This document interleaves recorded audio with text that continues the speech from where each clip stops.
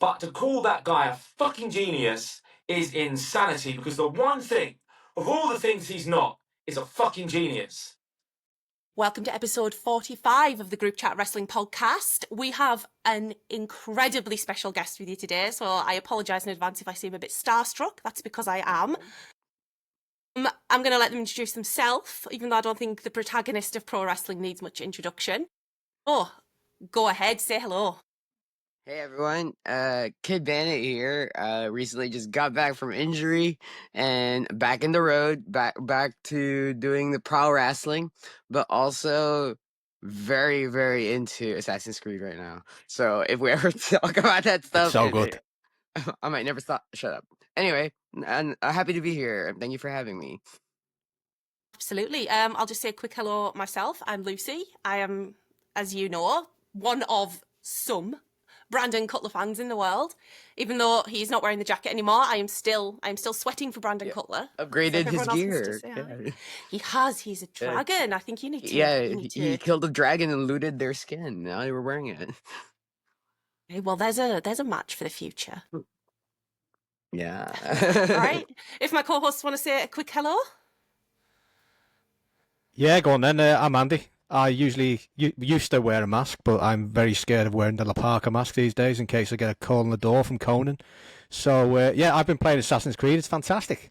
I finished the main quest, so now I'm just kind of doing all the other stuff. I spent an age just exploring the world. It's absolutely beautiful. Beautiful. I'll go back to it again I'll do what I did with Valhalla and end up going back to it in about 8 months and just completely falling in love with the world again. But yeah, no, it's incredible. Oh yeah, no, Valhalla's like set in like the British Isles, right? Like yeah. It's a gorgeous world. Like it's so well made. Like they just said like, oh yeah, we're gonna be in Norway. Psych, we're gonna be here. Psych, we're gonna be in America. What? Crazy. It's incredible stuff. Incredible, yeah. I'm Wrestling Mark. I've worn a t-shirt that's way too tight considering that I've just been running, and I've got to now suffer through this for 2 hours, which is more for me. What, bless.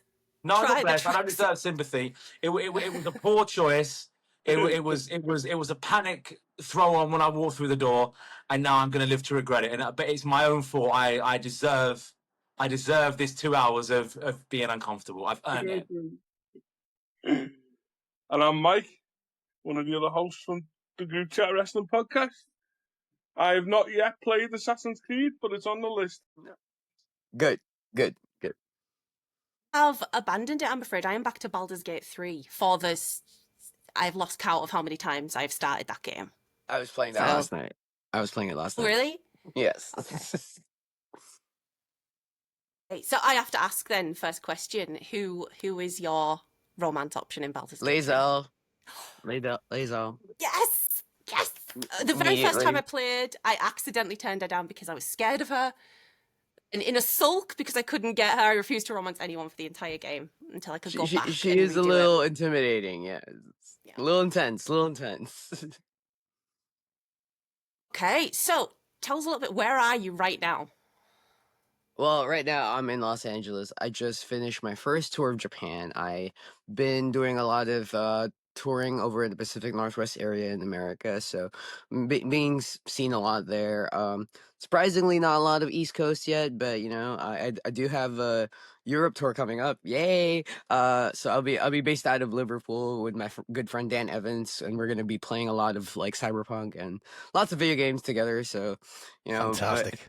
Yeah, we're introverts. It's the best part. It's like I go out there, I see like some of the beautiful sights for like the first 3 days, and then we just stay inside the house and nerd out for like a month. It's gonna be brilliant. How long are you over for? I'm sorry?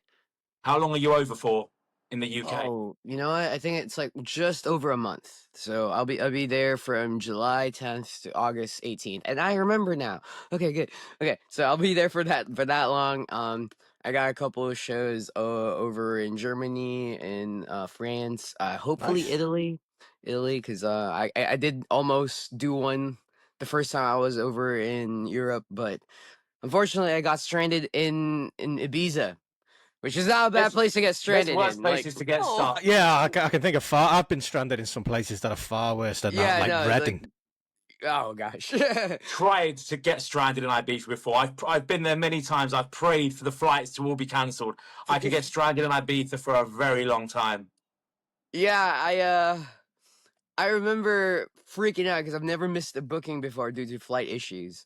And I'm like, the first booking I've ever missed would be in like a country I don't speak the language of, and it only like honestly like the only reason why it even got canceled was because like they couldn't fix my passport or my flight in time because they didn't speak English, so it didn't happen.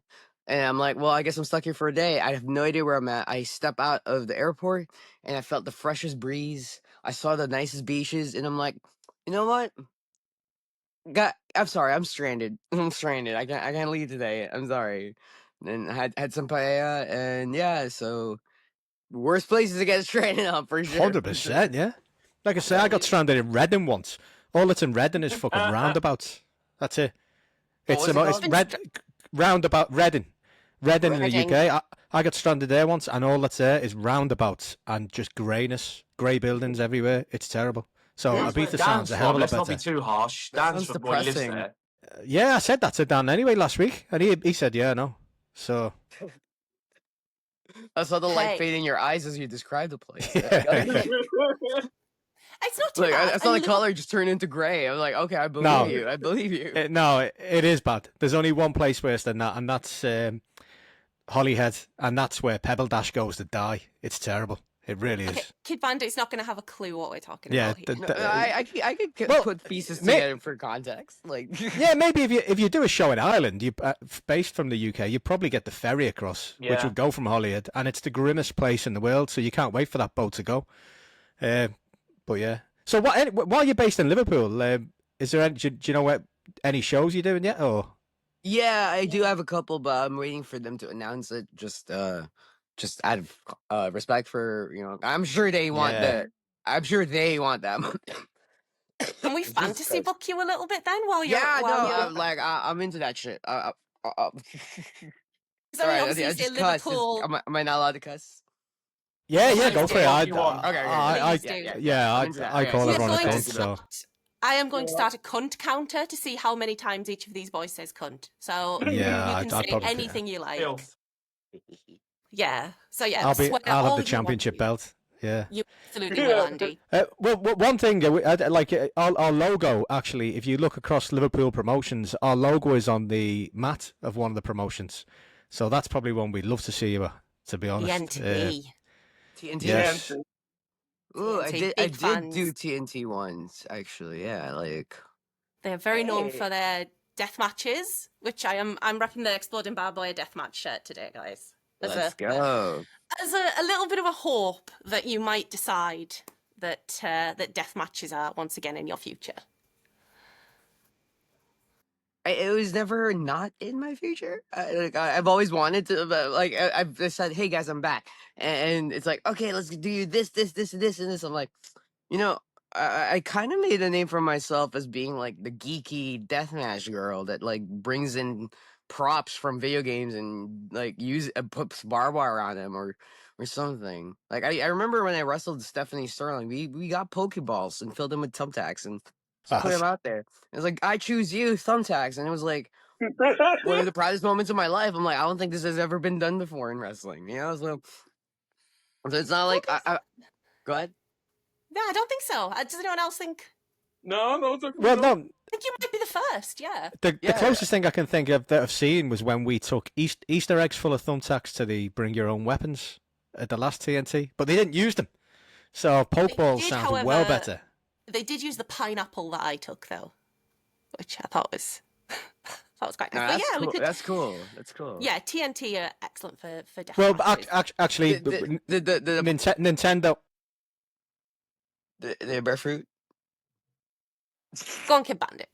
Just talk over Andy. It's No, He does it. go ahead. Oh, no, I was just going to say, like, Nintendo are notorious for taking down people who mention Nintendo stuff, so no mentions of Pokemon balls. We'll have to use Pal Balls or whatever the fuck Pal World Yeah. uses. We'll just go Are Pal World.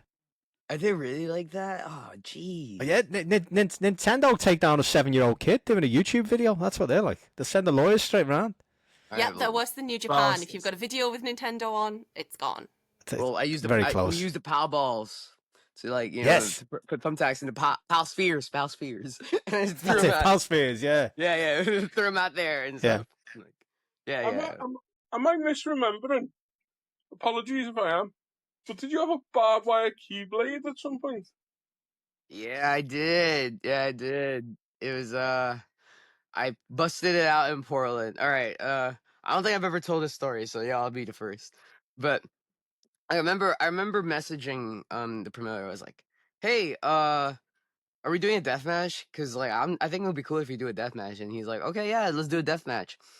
And I just remember thinking like, "Oh well, crap. Like, well, if we're gonna do a death match, we gotta do something memorable."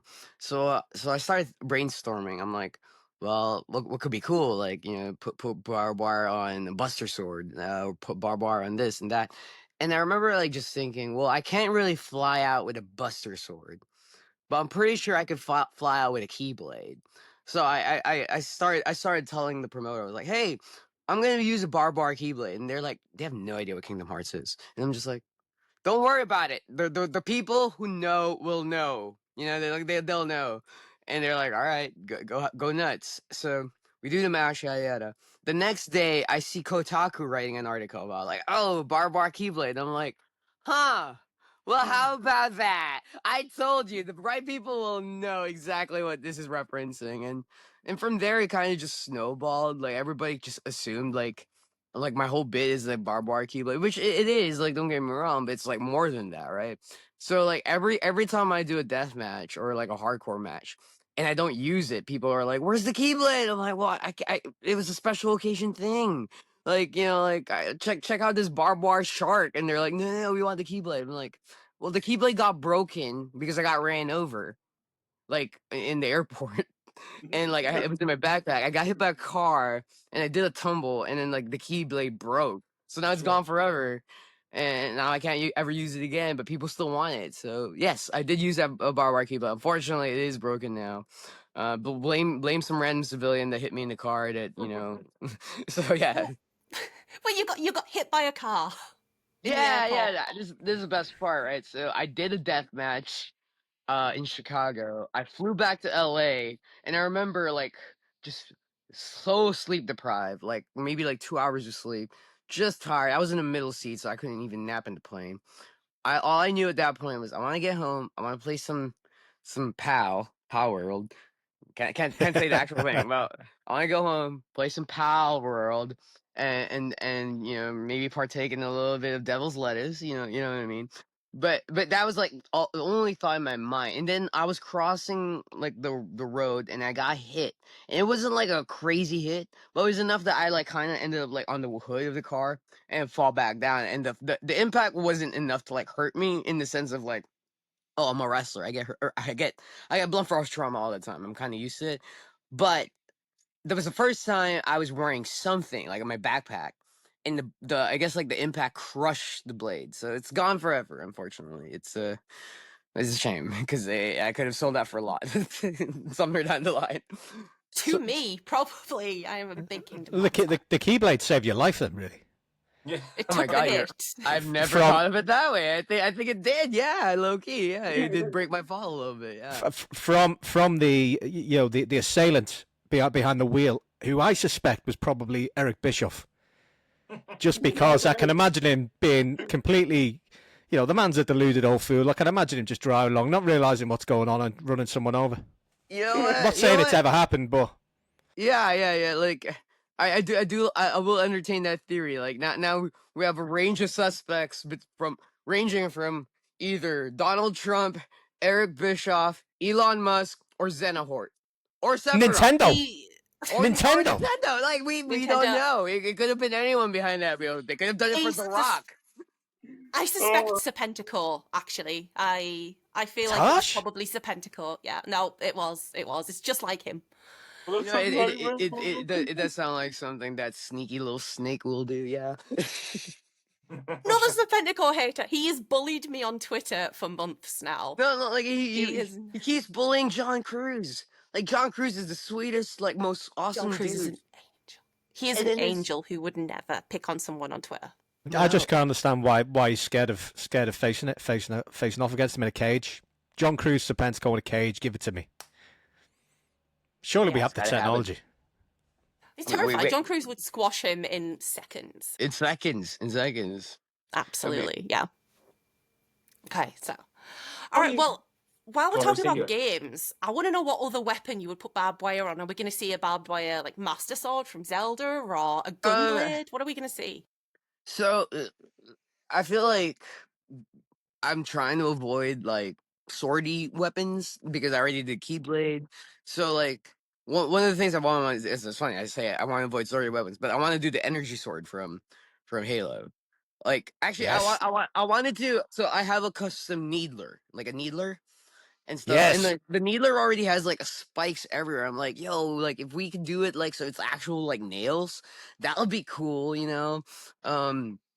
Like another one I've always wanted to like see if it's usable. It's not necessarily a video game weapon, but you see in action movies, the tri staff. Like it's a staff split into like it's like nunchucks, but instead it's two, it's three. And like I think you see like someone wielding it on Arrow, you know, and stuff like that. So I think it's like visually cool. I've always wanted to set something on fire and wield it like a bat, like you know, like because get that cool like dragon flaming visual of like spinny. Um, I wanted to like see if we could find a way to like overheat a lightsaber so it could show like, hey, this is an actual like hot lightsaber and stuff. And I know there are some stuff like that where like I guess like they just they turn up the flashlight on the bulb like inside like the custom lightsabers like really hot, but you know it's still blunt, like it's still blunted, like you know, like unless like we can get the fizzle from like the like as soon as it touches your skin like like you can see the smoke. I don't think people will buy it. Like Branding iron? yeah, it's kind of like a branding iron, you know, and stuff like that. So like you know these are like some of my ideas I've been like cooking up for a while. I've always thought that if we're gonna do something that involves like geeky, comic-y, superhero anime like references, they have to at least hold true to like the things that we're referencing them. If we're just doing it for the cheap pop and people are like, oh, I recognize it, I understand this reference, great, but it also like you know, but what if you like you're wielding it wrong? Like, you know, what if like what if you're saying, oh, like you're doing a Yu-Gi-Oh references, but they're calling it like something else, and like and then it just kind of falls flat, you know. So I think it has to be accurate. Like, if I'm using a lightsaber, it has to be like something fire related, like maybe put it on fire or some shit. Like that could work, you Has, know. has anyone ever tried putting thumbtacks on the end of Nerf bullets?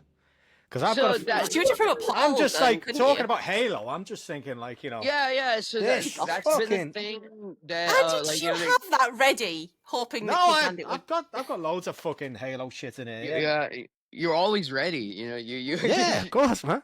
Can I after ODST, after Reach, like you're always ready for the Covenant. You're like, nah, this one's for Noble 6, guys. Can I suggest you just twat someone with a blue shell? Whoever, come into like a battle royal or something, whoever's been doing the best, and just a Mario blue shell and just... Do you know what it means when someone says to twat someone? Yeah, the English thing, Yes. twat, so it's just thump them, beat them up, yeah. Beat It's the shit out of them. funny you Twatting's a brought nice that word, up. though. What's up? It's nice when you say you want to twat someone. It sounds good. It sounds like you're gonna do some damage when you twat someone. It flows well from the tongue. Perfectly. You know? Does. Twah, twah. We- It has that nice Yeah. little like classy like twah. So you we twat. we usually have an American guy on the podcast with us, Brett, who's away on a cruise at the moment. But we've quite often lately had to teach him English slang because he a while ago we had to explain to him what calling someone a cunt means. You know, in terms of like there's a good cunt and there's a bad cunt. You know, proper cunt. You know, the right cunt. You know that kind. So we had that, and then last week we had to teach him fanny because like we'll call someone a fanny. And obviously the Outrunners, for instance, that's what we were referring to, sell a fanny pack. It's completely different. So yeah, so twat is this week's. You know, we're trying to explain to the American audience, twat means to beat the shit out of someone. Can Yeah, I we can I did make? school You day can on also call here. someone a twat, which is an insult, like just calling them a dick Yeah. as well. That's a Obviously, great word. Lovely. No, it's not always an insult. When we talk about Charles Oh, Crowley, no. you can be A a lot of the spectacular English, twat. a Yeah, lot of yeah. our words, Yeah, a wrestler lot of our Charles insults have pros and cons. To be fair, it's nice to normalize profanity, like and make profanity positive. That's what we do. Make It's part, profanity positive. it's part of the vernacular. It amplifies, it Exactly. emphasizes things, like it keeps things real. Yeah. Like, you know, Yeah. I feel like there's like that modern decorum of like, oh, if you cuss, then you're unprofessional. Like, bitch, shut the fuck up. Like, you know, like that. Like I could be wearing a suit and tie, wearing like, you know, like okay, like I try not to be political, mind you, but Be as like political as you the- want. I get the feeling Go. we're Yeah. aligned. there's Yeah. there's a lot of people in multiple countries with a lot of power that accurately fit the description of a really fucked up twat. Yeah. Right now. Yeah. Proper cunts they are, yeah. Yes. Proper And cunts. it doesn't apply to like just America. I feel like it's a No. worldwide thing. No. Oh, It's all Yeah. over the place now. Yeah. And I feel like half our problems in the world will be circumnavigated if we had someone brave, someone notable, someone wearing a suit and tie, who has like that pull, that public pull. They go up, they take the podium, and they say, like, imagine the Pope fucking doing this. Imagine the fucking Pope going out there and say, "Hey guys, this world's fucked up. Can you all stop being fucking twats?" And I feel like Yeah. that'd be a wake up call for everybody. I feel like, course it hey, would. if the Pope's fucking cussing, then we gotta Fuck do yeah. something, right? You know, Come on, Leo. Hope Leo, get it done. come on, Leo. Yeah. Like, yeah, like, Yeah. push your card. Get up there, Leo, and call them all a bunch of cunts, and let's see if the world fixes itself. Let's do It it. There we go. might. Like, we've tried everything. We've tried to be good. We tried to be nice. We tried to be polite. We It's tried not peaceful working. protest. Nothing's It's not fucking working. working. Nothing. maybe- They're too far that way now for niceness. It's fighting fire with not fire. Fuck the far right. Fuck those cunts. Fuck them. And Now we someone have like to the Pope. yelled at One by of the the Pope. good guys. I mean, Bernie Sanders has gone too far the other way now. He should have stood up there and called someone a cunt. Yeah. Someone has got to call them cunt. Like, if we hear someone with a good heart and a fucking backbone, Yes. like you bet everybody is gonna be like, yo, yeah, we fucked with that person. You know, that's my personal opinion. Like, I could be wrong. Maybe the Pope says I cunt and he second gets- that, and I think we We third, are. fourth, and fifth it on here. Yeah, no, I'm with it. Absolutely. 100%. We are all on It's, board.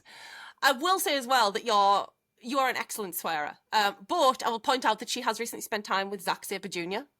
Oh, yeah, he yes. probably says twat a lot, Who doesn't he? is- And bollocks Who and is cunts. the most Okay. British man to ever British. So He I feel is, like she's had a bit of an unfair advantage. Look, this is gonna sound weird because you did turn me into a pretzel multiple times, but he was so nice, so respectful, so polite. Like, you know, like I met him backstage for the first time, and he greeted me with like the most like professional, most like the absolute sweetheart. And I'm like, I can't believe I'm gonna kick you in the face in like 5 minutes because you're such a fucking darling. Like, I don't want to do that. Like, I want to beat you, but I don't want to kick you anymore. You know, so maybe that was the strategy. Maybe he was like very Yes. polite and nice to me. Tactics. It was the tactics. They made me hold back subconsciously. I don't know. Can we talk about that match a little bit? though? Yeah, Because absolutely. do you feel like he sort of underestimated you at the start of the match a little bit? Maybe he wasn't expecting you to be able to go the way that you did. Honestly, no. I think I actually worked the other way around. I think I underestimated him. I thought I'd be able to keep up with like, oh, you know what? I do a lot of stuff that nobody does. Like, I'm sure if I bust these out, like, he's not gonna know what the fuck to do. Like, no, he did. He did. Like, he made it look easy too. So like in the beginning of the match, I feel like I underestimated how good Zack Sabre Jr. actually was, and then I started kicking him in the face. So I'm like, you know what? Okay, maybe I can't do the pretzel thing. You know, I worked at Auntie Anne's Pretzel Company over in Buena Park Mall a couple of years ago. Like, I thought I knew it. No. It's totally different art form in the mat. But I know how to kick you in the Match face. of the day, right? I'm sorry. It was crazy. That the was your amount of third matches. match of the day as well, wasn't it? No, it was actually the first. First out of 3, but it was Clusterfuck also was the third, wasn't it? yeah, the clusterfuck was the third. The tag was in the middle TJPW then. yes, that was the middle, and then the Zack one was first, which was nice because like, hey, the big singles match with like the former IWGP Heavyweight Champion happens. in the beginning of the day. Like they're like once you get that out of the system, you're like, okay, like everything else that follows, like it's a little less. Well, it's still a lot of pressure. Don't get me wrong, but it's like less pressure. But it was also, I want to say, my fourth match of that week. So Mania weekend, it kind of becomes like a all-star week of like all the independent talents and stuff like that. Which, shout out Simon Miller. I heard he killed it. I tried to meet up with him a bunch, but it's just too much traffic in Vegas during that week. We love Simon Miller on this channel. I even have an octopus signed by the man himself, so we're a big Simon. Simon Miller, get up to Liverpool, lad. There you go. Yes, get it done. Liverpool. Now, usually when he's in America, I usually give him rides because I'm like, yeah, we're tag team partners. Like, yeah. It's a litmus test for someone's moral compass in the UK. If you're a wrestling fan, if you don't like Simon Miller, there's something fundamentally wrong with you. Yeah, he's the epitome of the good guy. Or your tape Mayfairs. Well, one of the best. Shout out Simon Miller. But anyway, yeah. So I it was the fourth match I had during that week. I had a total of 7, and it was definitely like the night before I had a match go up all the way till 2 a.m. And then it was in a bar, so obviously I'm getting lit. Yeah. So I walk into this brunch and I'm just like, well, I kind of have a little bit of a hangover. I'm kind of feeling a little like, little what's the word? What's the thing that butterflies? I have butterflies in my stomach.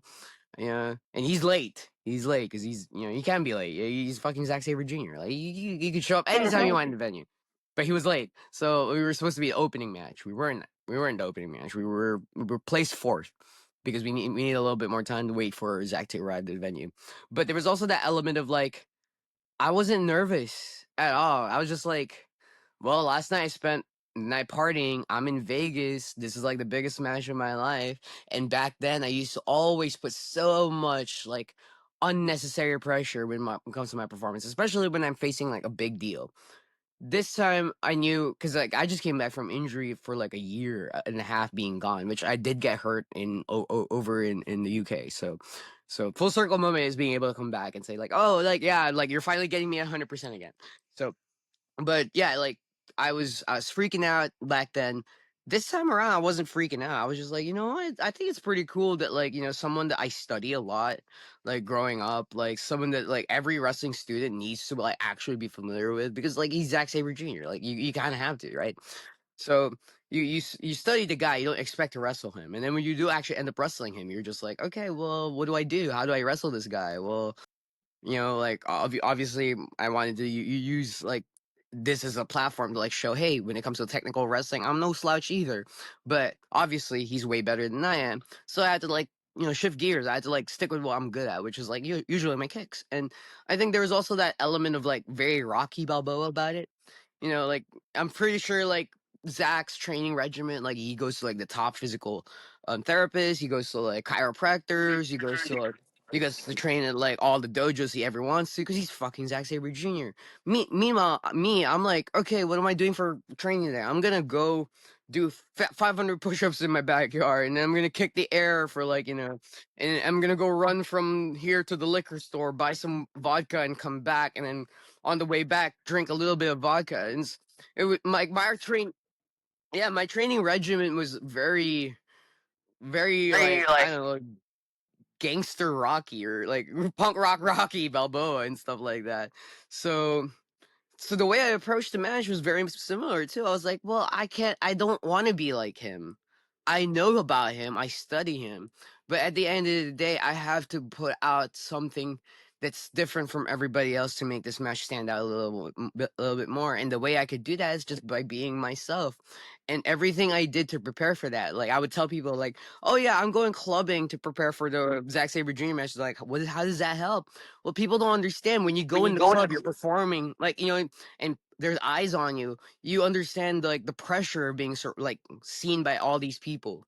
You understand the pressure of like footwork in front of these people. You also like find out how to pace yourself, and like these are elements of training that like people overlook because they're thinking the metrics of training needs to be in the gym, it needs to be in like a track and field like field, it needs to be all these things. And it's like, well, that's not me. I didn't grow up an athlete. I grew up like honing my kicks in a mosh pit.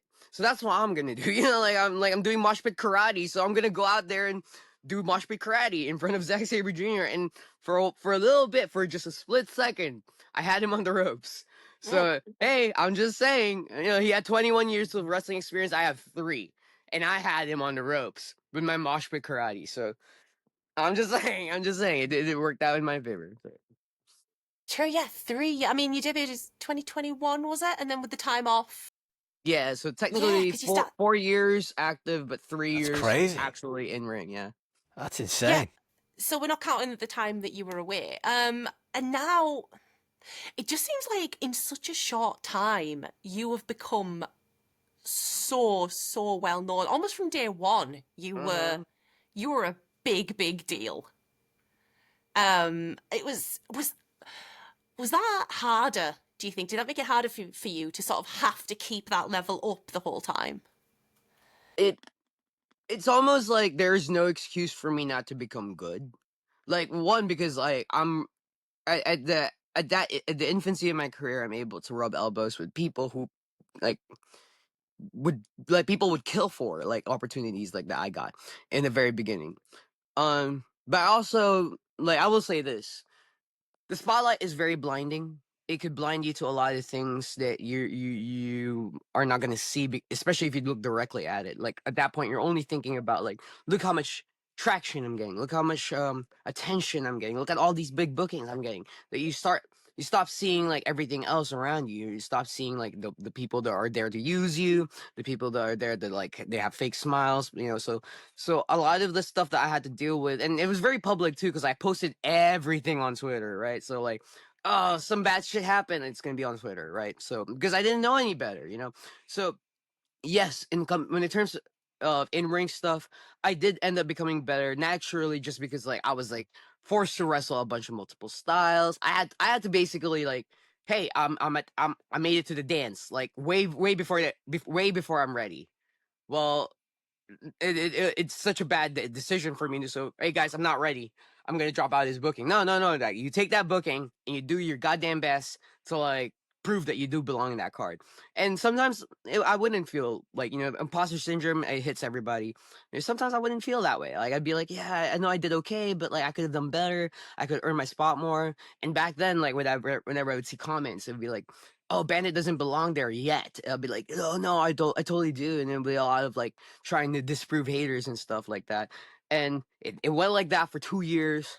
Like, you know, like you said, like from day one, it just feels like everything kind of just blew up like immediately, right? And I was a big deal. Like 2 months in, I was already a big deal, and it was crazy because like I, not just 2 months in the business, I'm 2 months in as a wrestler. I don't know shit yet, like, you know. So I always knew deep in my heart that if this was if this was a trajectory of my career, I needed to earn it. So I would spend day in and day out studying, watching clips from AJPW. Like, I would go to like Billy, which is like the Chinese YouTube, just so I could like research like very obscure Japanese like lost media wrestling, because people would say you should watch this match for inspiration, and I'm like, okay, and I would, and I'd be like, I can't see shit because it's in 2040p and it's lagging, but it's something I got to do, you know. So it was like every time I'm on the road, I'm always watching wrestling. Every time I'm like, every free time I have my phone and I have my game and I'm playing my game, but it has to be a turn-based game so I could watch the wrestling. And when the wrestling kind of gets boring, because sometimes it does when you're consuming too much of the same fucking media nonstop, it does get fucking boring. I love wrestling. It does get boring when you're watching like 15 fucking matches a day, but it's a profession, it's a job, it's something that if I didn't take seriously, I would easily just be one of those like, oh, flavor of the week types. I didn't want to be a flavor of the week types because people wanted me to be that way. They wanted they wanted the attention to just be a fizzle, a small fizzle that goes away after a couple of weeks. And that's great, that's great for you if you didn't like me as a wrestler, but hey, the dream is always to, one, make an impact doing this, like touch people's lives, and secondly, it's to make money doing this. And I was making money, so I needed to be able to maintain the wrestling in order for me to like pursue this as a full-time job. And that's what it was for 2 years. Like, I didn't have anything else. All I did was wrestle, wrestle, wrestle every week. When I'm not wrestling, I'm training, I'm studying and stuff. And it's rough on the body. It's rough on the mental health. I did drink a lot, and you could kind of see it near the tail end. I was getting fat because I was drinking a lot of alcohol, you know? But on the time off that I had, I knew one thing to be true. I did not want to approach wrestling the way I did back then. It was a lot of undue pressure that I would put to myself. It was like a messiah complex that started to manifest. I'm like, oh, I'm representing an entire community of people. I want to like do good. It's like now it's like, well, I just happen to be transgender, guys. Like, you know, like it's cool if you guys see me as like an inspiration, but I don't want to wear that on my sleeve. Like I want to just have fun and enjoy myself and party on, dudes, like Bill and Ted. And that's where I'm at. And now that I'm in that mindset of like I'm here to have fun, I'm here to chase my dream. Yeah, it would be great if I make it to the big leagues, but at the same time, like, yeah, I just did Japan. I felt like an anime. Like not like if I was so busy like trying to aim so high, I wouldn't be able to look around me and see how much of the dream I'm already living. And that's been my mindset lately. It's just like, yeah, it's great to be a big deal. I know I'm a bigger deal now. I know I kind of earned my spot here. The main concern now isn't necessarily to like see how far I could take it, but more so how much fun I could have while doing it. So like it's a little bit of like a long-winded explanation, but I hope it covers like a lot of like the questions like and stuff that you were like the original question might have like had, you know? To be honest, I'm just still thinking about your training regime of going to clubs and drinking. That's a fantastic. That's my training regime. To be honest, I'm on that. Indeed. I'm You on are every not day. Kidd Bandit. Oh, I'm just. None of That's my us training. are that young anymore that That's we my can do this. That's my training regime. No, it's great. What are you drinking right now, Andy?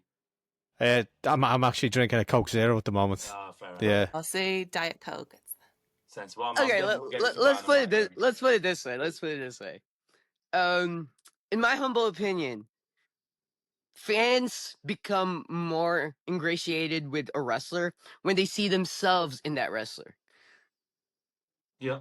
A lot of I see wrestlers, that. yeah, a lot of wrestlers, their lifestyles are so ingrained in the athletic aspect that like you see them working out 5 hours a day in the gym. Can you name a single non-wrestler that does that? No. Oh, now tell me, No.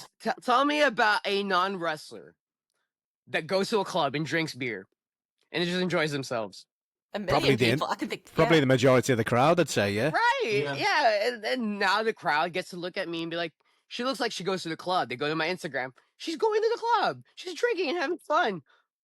5 hours before the show. Oh, wow. Well, that's her training. Also, during the show, let's not forget what happened during the clusterfuck, okay? Where someone disappeared out of the ring for an indeterminate amount of time, came back with a drink, staggering, but still somehow managing to do that kick thing, you know, where you have the leg up, still managing to do that perfectly while staggering around drunk. Can you? Yeah. So not always before the show, sometimes during the show. The clusterfuck was fantastic for that. It was incredible. It was. How much sleep had you had before the Zack Sabre Jr. match? So I went partying till 2 a.m. Oh, no, I did the show till 2 a.m. Went partying for an extra hour, 3. Got back at 4. Show happened at 9. I probably fell asleep around 6. So about 2.5, 3 hours of sleep. Wow. Yeah. And then on the Impressive stuff. Okay, see, you are being a bad influence on my boys right now because Not to you're be in my gonna use 20s I again. am a bandit. as an excuse. Yes, brigands, one and all. So yeah, then during the clusterfuck, you came back with something. What was that? The drink that you were. So I remember Paro showed up in the ring, and I'm like, you instantly fucked off and left every. You were "Yep, like, no, good luck, guys. I'll avenge your deaths." That was FE Big Grave Brunch 5 in Chicago a couple years ago. I wrestled Paro, and he beat the shit out of me. I'm talking like beat the shit out of me. And I'm like, oh, you know what? I remember you. I'm gonna get the fuck out. Everybody tried to get at him. I was smart. And I went outside and I sat next to a fan and I said, "Do you have any water?" He says, "Well, I don't have water, but I have this." So he gives me this little drink, and I'm like, "Well, I am thirsty. Hydration is important. I didn't realize this was an IPA." Drink it. I'm like, oh, nice. Let me have another one. Oh, nice. And I just kept asking fans around ringside to keep giving me more. And then I saw Paro. I saw Paro about to beat on CPA, and I'm just like, all right, hold on. I can't let that happen. You know? But I didn't know at the time it was Paro. I just saw someone choking this dude with like a nice shirt, and I'm like, I'm like, go slide in the ring, and I'm like, yo, not to my friend. He's not my friend, but he felt like my friend at that moment. When And you're then, drunk, everyone's your friend. exactly. I'm a happy drunk. So I drink, I kick him in the face, boom, and then I got real drunk. And it's funny because like the last time I actually had to like drink alcohol before a match was over at North, over shoot, is it it's where Pac is from. Newcastle. Yeah, Newcastle. yeah. Newcastle, North yeah, is Newcastle. right? Yeah, yeah. Also, Yeah, where my husband is from, so I'll be lovely, lovely. Yeah. Sorry, I couldn't like name it from the head. I'm sorry. I Jordan, just yeah. know Pac's from there. I remember that. Newcastle. So Although on yeah. AEW once they announced it as a small mining town just north of London, which could not be less Oh, true. that does not look like that. That It is didn't feel not. like it was just north of It London. is That felt like not. a No, fuckload of north Oh, in London. yeah. no. It's just no. So yeah, I wrestled Will Cruz. That was a fun match. And if you go watch it on YouTube, the first I want to say like the first minute of that match was me saying, "Hey, can I get a sip of alcohol?" And they started chanting "chug." So I just downed a pint of Guinness. Then he downs God. a pint of Guinness. And then halfway through the match, I drink like maybe a quarter more. So I did that match drunk. And I don't recommend it. It's not something that I think people should do. But I did it. And it was a banger match. And I'm talking like banger as in like, yeah, we're kind of fucked up. I felt my belly sloshing because there's a lot of liquids in there. Yeah, But no, I don't recommend Guinness full stop, to be honest. no. You're not a Guinness guy. Yeah, I am, but We and had I, Guinness yeah, together I in know, Doncaster. yeah, and I forget about it for a moment, and then I'm sat on the toilet for like a day the next day. Ah, So lovely. See, Yeah. I don't drink anymore, but when I did, Guinness, definitely not. I've gone blurry. See, just talking about Guinness has made me out of focus. I'm going to switch Puts that you off out and of back on. focus. Yeah. No, Yeah, so I wrestled that match after a pint of Guinness. that's And crazy. I don't think it's a good Love thing. it. I think people shouldn't drink before a match. Don't drink and do your job. But I did, and it was a banger. And I thought to myself like, hey, that's a little bit of who I am. I'm kind of like a because like to go back in the original question, like question from a while ago, is like everything kind of happened really big for me very fast, and it was one of those like, well, you gotta fucking learn how to sink or swim, and I think I was swimming in a lot of alcohol waters because like a lot of the first couple of years was a blur. It was a lot of like, oh, I'm going out, and I'm doing these shows, and on the way back, I would just get like hammered because I'm just in so much pain, and you always wonder like, how come all these wrestlers from back in the 70s, 80s, like they all have health problems, they all have drugs and stuff like that, and it hit me. It's like, well, because like their touring schedule is insane. They're wrestling like 3 to 4 matches a week in like multiple different cities. They're meeting like tons of people, but they don't remember a single name because there's like tons of people.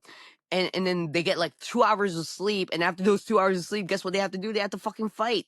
So yeah, of course they're gonna like deal with substances to like try to like escape this. Of course they're gonna end up becoming like a little bit jaded and cynical when it comes to like how people are approaching wrestling when it's like a lot less systemically wrong. And I get it because I lived through like and something like my friends always joke about, but like I don't think they're kidding at this point. Like I feel like I lived off like 10 years of like wrestling career experience crammed into like one. And then I had 2 of those years. And it's like crazy because I don't want to sound arrogant, but the stuff that I was able to do within like my first 2 years of wrestling is so insane that like I feel like it's warranted for me to be able to say like, yeah, no, I think I'm a veteran now, guys. Like I know I've only been at it for like a very short amount of time, but like I've been through a lot. And then you add like the third year, which it kind of started it started like in March. Within that first month, I had Zack Sabre Jr. like on a big stage, and then I had my first Japan tour, and I'm doing my UK tour, and it's like, yeah, no, it's a lot of big stuff coming in for a 3-year rookie. What should I do? How do I cope with this? Well, This time I'm just gonna have fun. I'm just gonna enjoy myself. I'm gonna bring my Switch everywhere I go, so I can show everybody my progress on my Pokédex. Oh, I'm sorry, my Paldex. Yeah, yeah. Yeah, and just enjoy life, because I feel like a lot of, like, 90% of, like, wrestling issues come because somebody's insecure about something. You know, they're insecure about their wrestling, they're insecure about their money, they're insecure about how they look, yada yada, and then they bitch on the internet, and somebody else who's insecure talk, like, you know, then they go back and forth, and that's discourse. No, And I don't. I agree that I was just going to say, yeah, that they either bitch on the internet or they bitch at a post pay-per-view media scrum while they're eating muffins. You know, that's that's what happens when people are insecure and paranoid, isn't it? You know. And In that happen. case, I bitch on a podcast. But yeah. Yeah, But no, you've done all this that was condensed into just a couple of years. You did it all under a microscope of social media as well. So if you fucked up, everybody was going to be there to see that, because did you choose consciously to take the fans with you on that journey? Because when you win in a ring, it feels like we all win because we've all been there with you. Was that a conscious choice, or did you just let that happen? okay, I'm just gonna be real. Like, yeah, it was a conscious choice. Like, in a lot of sense that I have. So one of my trainers, his name is Eli Everfly. He was like, if you're not familiar with Eli Everfly, he's a luchador, he's a high flyer, and he's also like 4'11", like real tiny guy. You know, but a lot of, like, the people that he used to rub elbows with are like the people in AEW now, because like a lot of the AEW talent from like the beginning were taken from bar wrestling in Southern California and Los Angeles, and Eli was like very much ingrained into that circle of people. And I always asked him, like, hey, so I'm tiny, I'm short, I'm weird. How do I make myself stand out? And he immediately pointed out, like, well, everything about you already makes you stand out in a wrestling ring, because when they think of wrestlers, they think of a body guy, they think of a really hot girl, they think of like muscles, they think of like, they don't think of like, they don't think of someone like me in a ring. They don't think of someone like him in the ring. So he basically encouraged me to embrace what makes me different and stuff like that. And I've always thought to myself, well, we see a lot of wrestlers, they talk about, like, when I was a kid, I was bullied. When I was this, I was bullied, blah, blah, blah, blah, blah. And it's like, I could see that happening. But, like, for the most part, by the time you're following them, by the time you're getting exposed to them, they're already the best version of themselves. They're already, like you already see the Miz. The Miz would talk about, like, or MJF. Like, the MJF would talk about, like, yeah, when I was a kid, I used to get bullied for being this way and that way and stuff like that. But then you look at him on TV and he's like, oh, yeah, you have an 8-pack? You look like a god. Like, you know, you look like you like, if you lived in like like in ancient Greece, I'm pretty sure they're gonna ask you, hey, can you stand there for like 8 hours so we could sculpt you? Because when we think of like the Greek gods, we think of your physique, you know, stuff like that. So you don't really see that.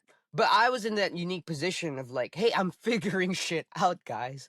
Like, I'm not just figuring out how to be a wrestler. I'm figuring out what it's like to be an overnight viral sensation, on top of being a transgender woman, on top of being someone that doesn't really feel like they belong in half the cards they're in, on top of like being a rookie wrestler, on top of the overwhelming pressure of being trained by Cody Rhodes and representing his school, on top of representing the LGBTQ community, on top of representing the goddamn fucking furries. Like, there's a lot of like stuff that's so different about me, and you don't think of someone like me even stepping foot in the ring. But not only do I step in the ring, I'm in the ring and I'm wrestling John Morrison. I'm wrestling Aleister Black. I'm wrestling big names. So a lot of, like, you know, like when you talk about like, oh, it feels like when I win, everybody wins. It's because I try to channel a little bits and aspects of myself that I feel like wouldn't traditionally be something that would, you know, you'd see in the ring. And I knew this from the get-go, because I remember thinking to myself, like, way back then, I wish someone like that fit this, and this mold was a wrestler. And not only were they a wrestler, they're actually a good wrestler and stuff. And then one day I woke up and I'm like, shit, I'm that person now. I'm that person I wish to be. And I'm here and I'm in the big dance. Well, shit, I'm gonna let everybody know, hey, because the thing I really like about wrestling, and I'm fortunate enough not to like really do this for the money, because, like, fuck, I'm an indie wrestler. I'm not gonna make a lot of money off this, right? But I'm fortunate enough to understand very, very early on that a lot of what we do is for the fans to live vicariously through our journeys. I knew that right away because from the very beginning, I had people reach out to me saying, I think it's cool that like an anime wrestler's a thing because I used to like anime and I got bullied for it. And then like, the queer aspect like became prevalent and it's like, oh, so cool that like trans women is doing this, blah, blah, blah. And the furry aspect and then all the gamer every loser thing that like is non-traditional that I embody. Like I've had somebody come up to me and say, like, I think it's cool that you do this. I'm like, I think it's cool that someone who plays Vampire the Masquerade Bloodlines is wrestling like freaking John Morrison. I'm like, why is that a bad thing? Like, that's a cool game, guys. It's like, yeah, okay, whatever. But point being, like, these are things that I embody, and therefore I will be loud in terms of representing them. Because I remember before I was a wrestler, when I was just a fan, I wished terribly that I could like resonate, like there would be a wrestler I could resonate to. And I think the closest one I could think about is Jeff Hardy, because Jeff Hardy was like, he's just weird, he's an enigma. So like, but he was very vague about what kind of enigma he was. So if you're a weirdo kid, you just like Jeff Hardy because like he was just a weirdo. And in my case, I just wanted to do the same thing that he did, but a little bit more specific, a little bit more like, hey, these are my niches. Like yeah, I will monologue like I'm part of Andor on Twitter about like my political views, but in the ring, like hey, I'm gonna wrestle exactly like Sonic the Hedgehog, like like that. So that's how I approached it. Sorry, I keep giving like long-winded answers. I apologize. Please No, that's do. it's great. Do It's not great. apologise This for is that. fantastic. I'm trying really hard not to fangirl here. No, I could listen all night on. Honestly. Definitely. It's you. just like, yeah. Again, that's not something you do talk like just a normal person. It's like we're just sitting in a pub having a chat. Let's somebody else ask a question. I feel like I'm monopolizing Kidd Bandit here. I've got one. Yeah. I wanted to ask for. So obviously, it was basically approximately 2 years between matches before you came back. Obviously, at the start of April. So how was it when you got back in the ring after such a long time? Because that's been pretty daunting. Yeah, I'm not gonna lie. It was a lot of ring rust. There was this this is gonna sound cringe.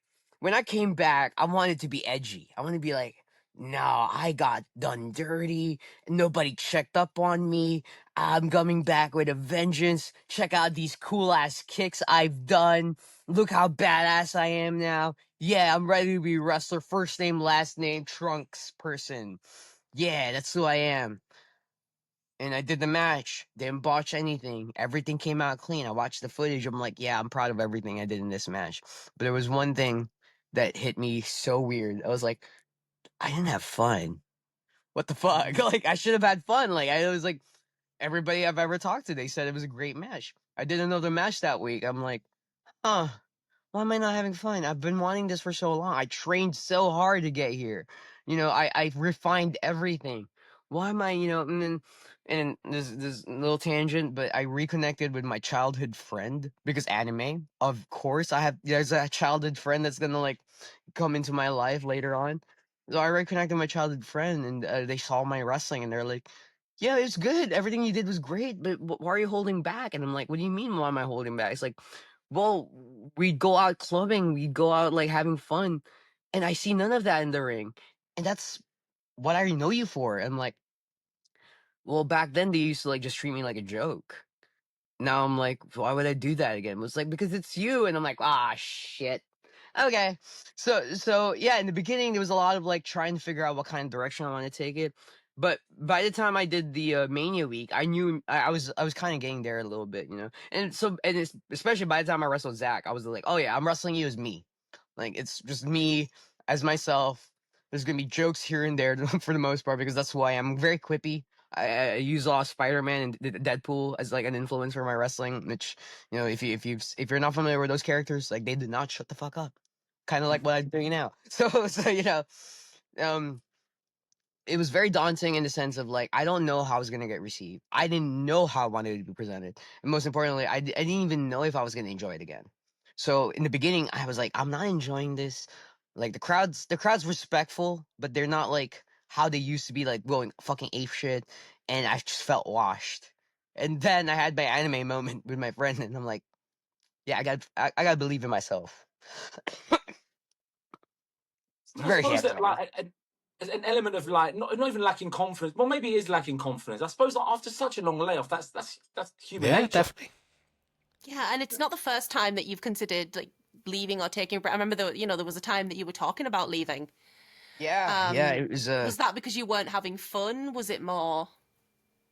no, it was just like I okay. I'm not even gonna name names, but recently we had an incident on Twitter where somebody said something about a CEO of a different company that they're competing against, and like it just blew up, and everybody started talking about like, oh, wrestlers need to have like social media training, like media management training, yada yada. Like, look, I'm just gonna say, yeah, I fucking agree. Cause some of us like I said earlier, like insecurities are like the bane of like the issues in wrestling, right? Well, I was hella insecure. I didn't feel like I belonged in wrestling.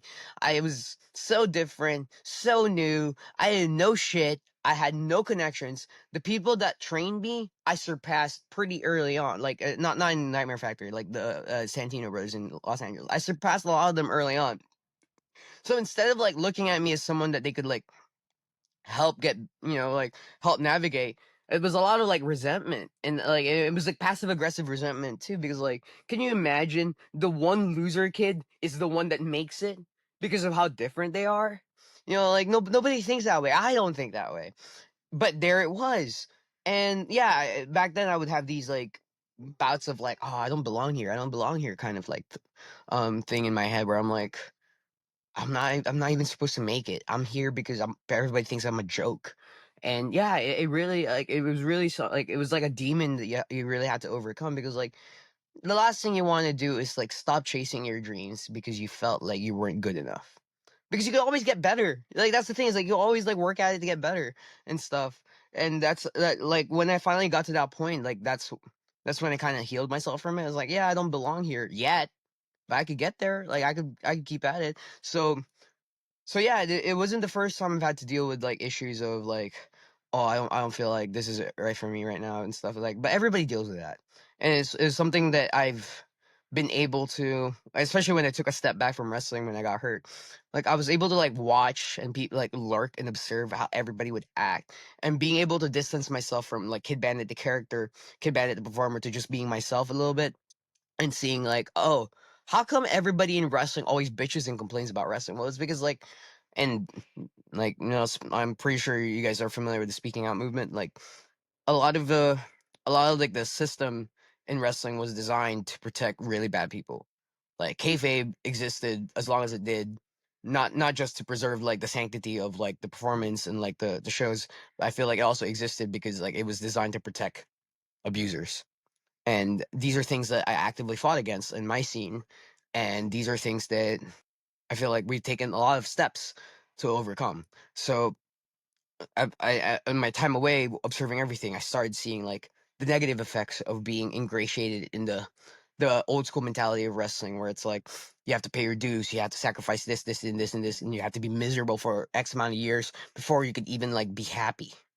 And It's I'm just like insane. thinking, yeah, It's it's it's it's insane.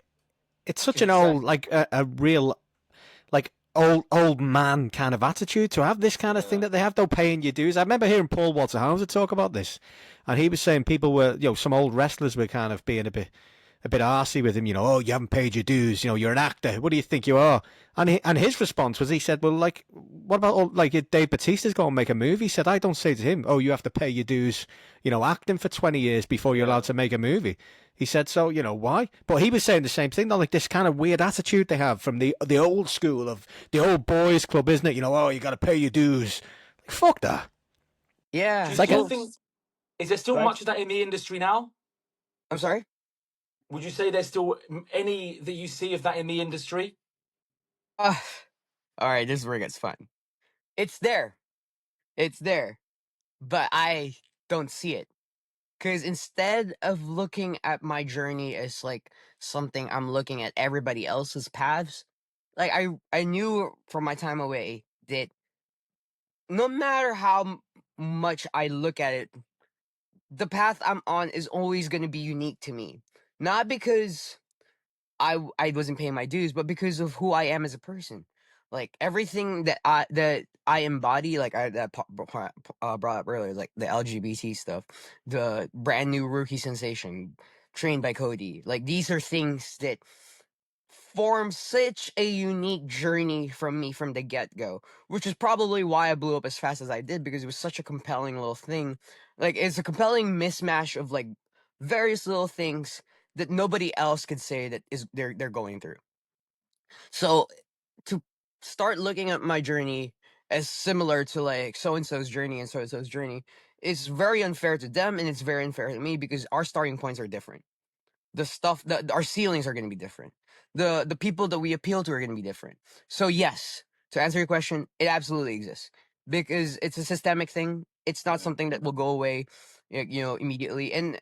Quite frankly, there are elements of the old school mentality that I do agree with. Like I think that people who step in the ring because they are responsible for not only for their lives, they're responsible for the lives of the referee, the person that they're wrestling, the entertainment, the fans. Then these are people who paid money in this economy. They have paid X amount of money to go watch a wrestling show go on for 3 hours on the weekend, and it's probably going to be hot as balls. It's probably going to smell like shit because some wrestlers and some fans don't wear deodorant, and if you don't drink beer, you're not going to enjoy it. Like, you're not going to be able to get loose and have fun.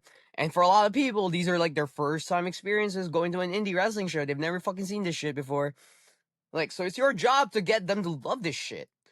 And if you're not at that point where taking care of your body, taking care of your opponent, taking care of the referee, and entertaining your crowd is all second nature to you, then I don't think you should have a business, or you have any business being in the ring yet. Like, don't get me wrong. Like, you could always get there. Anybody could get there. It's not impossible. I started off 250 pounds, out of shape, obese. I could not run for sure. I couldn't even do a fucking front roll, and I'm here, and I'm one of the bigger names in the independent wrestling scene. So it's always ingratiated in me. It's like, and you can't give up on your dream. Like, just keep at it. You'll get there, hopefully. But also be realistic. Like, if people are criticizing you because you're out of shape, because it's not because like we're making fun of your body. It's because we're making sure that when you have to suplex somebody, you don't drop them in their fucking neck because you're out of shape. These are things I agree with in the old school setting. It's like wrestling should be for everybody, but you should also take the time to make sure everyone's protected. And not a lot of people are willing to go that, like, not a lot of people are willing to admit that to themselves. That, like, that's why they're not making big yet. It's because brother, you're just out of shape. That's it. Like, just work on it. And that's not to body shame anybody, mind you. Like, this is just like, hey, like, there's a certain element of athleticism that you have to reach in order to be considered a reliable performer. Let's go with that. So yes, old school mentality absolutely permeates in the scene. For that reason, but also the dark side of that, dark side of kayfabe. The dark side of that is that it's also used for people to say like, oh, no, sell this, brother. That way, like, they could still abuse you, or oh, the worst part is like, women's wrestlers. It's like the absolute worst, because like 9 times out of 10, you don't know if a promoter is pushing you because they want to sleep with you or they just believe in you, and it's like, oh shit, very, very, very, very fine line. And I've recently just had to like start dealing with that, like, so yeah, that's Fuck's sake. wrestling. Yeah. Carny as fuck. It's carny as fuck. Yeah, I mean, you've had like the glow up of the century, but obviously Yeah. for a wrestler, being beautiful comes with downsides as well as upsides, I suppose. Talking of women's wrestling, it's obviously a big thing, a big deal to me that women are getting way more opportunities recently. There has been some discussion about whether women's wrestling and men's wrestling should be separate things, or wrestlers should just be wrestlers.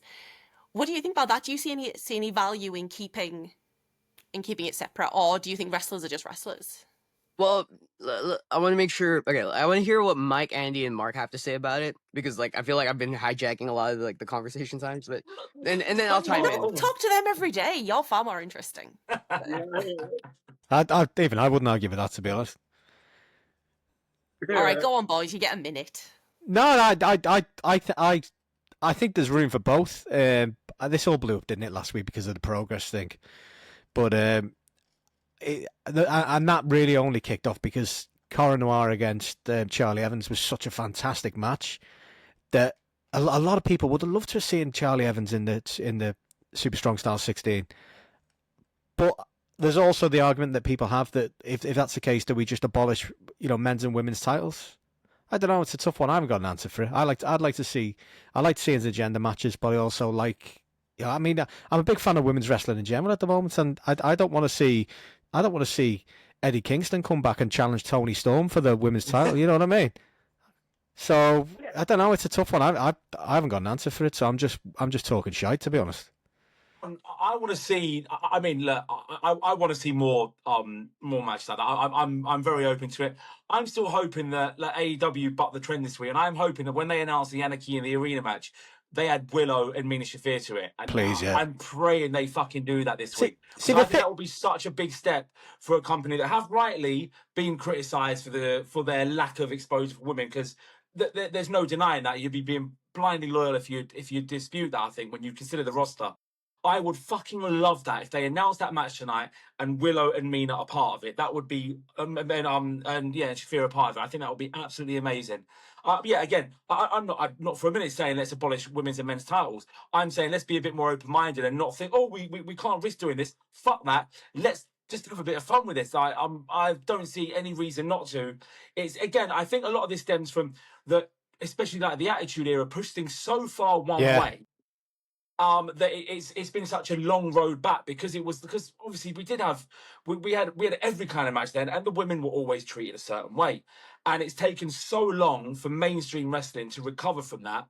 But we are there now. Like in mainstream American wrestling, women have carried 2025 in both WWE and AEW, in my humble opinion. The best match in Mania was the triple threat. It was a triple threat. It was. The best match at Revolution was the Hollywood ending. Hollywood ending, yeah, absolutely. Both rosters, like the NXT roster's got 6 or 7 women that are going to come up and knock it out of the park. The AEW roster has so many women that are just, I want to see every week, that aren't getting the airtime because 4 hours just isn't giving them ample opportunity, which is an issue. I'm not saying 4 hours is enough. It should be enough. It's not being enough. They have knocked it out the park across the field in mainstream America this year. And if the next step's more intergender matches, fuck yes, why not? Why not? I think you suggested the Anarchy Arena match is perfect. That would be fantastic. I would love that. I just want to see Willow powerbomb one of the box off of something really high. I want to see Mina do a table. Change the shit out of her. Marina would be amazing. It'd be great. They should do that because, as you say, they're not given enough time. The caliber of women they have on that roster, and just in wrestling in general at the moment, and they're giving them one match on fucking Dynamite a week is generally what it is. Collision they maybe get 2 if they're lucky, and one of them will probably be a squash. You can't build like there's a reason like the best feuds in AEW have been the Tony Storm and Mariah May feuds, and Mercedes carries a lot of it because they're where all the exposure is. There's no exposure for the people below that to build the next challenges for them. So in the end, we get situations like what AEW is doing a lot at the moment, where you have eliminators randomly with whichever 3 women they're going to give time to. They need to give more time to build the next challenges up to give some more credibility to the title matches and the feuds. It's so fucking frustrating, but yeah, with Chris Statlander, it's Willow, I think it's improved. It's improving, but it's still not where it should be. It's got better this year. Acceptable. It's not improved at an acceptable pace. No, it's got better this year, and like I can't, like I've said this before, but I can't not think that it's some old cunts in WBD sitting there saying women don't draw, because like Ring of Honor, women get loads of time. There's loads of women's matches on Ring of Honor. Dark used to give women loads of matches when the roster was arguably not as strong. So is it just a Dynamite thing? Is it just some fucking old dudes running, WBD? Let's face it, the old dudes running WBD are making a lot of fucking weird choices at the moment. I mean, they just sent fucking Max back to HBO Max after fucking taking it away 2 years ago. It detransitioned. Yeah, it's fucking the fucking morons. How much did they spend on that shite as well? Fucking hell, they probably spent millions on that fucking brand change. and now Yeah, they've and spending it to go and back. yeah, they could have used that money to like get us a better Game of Thrones ending. You know what I'm just saying? Exactly, yeah. That would pivot. George should have pivoted from the dragon. That's what he should have done. Pivot. We're not doing this again, Andy. But yeah, Yeah. and look at recently WWE, the releases. They released some women that I think I thought were so good, had so much potential. Dakota, And like immediately, Dakota, Shayna is like, what? Mm. What? And there's the thing that again there were rumors again. I think it was from some substantial sources saying that Dakota was released because of an age because of her age, Yeah. 37, and then She's Jeff Cobb debuts 37. 5 days later and he's fucking 42. No, nothing against Jeff Cobb, he's brilliant, but he's fucking 5-6 years older than Dakota. It's when he fucking debuts crazy. The week after, like how are these things like getting out? How tone deaf can people be? That's double standards is fucking ridiculous. It's absolutely insane.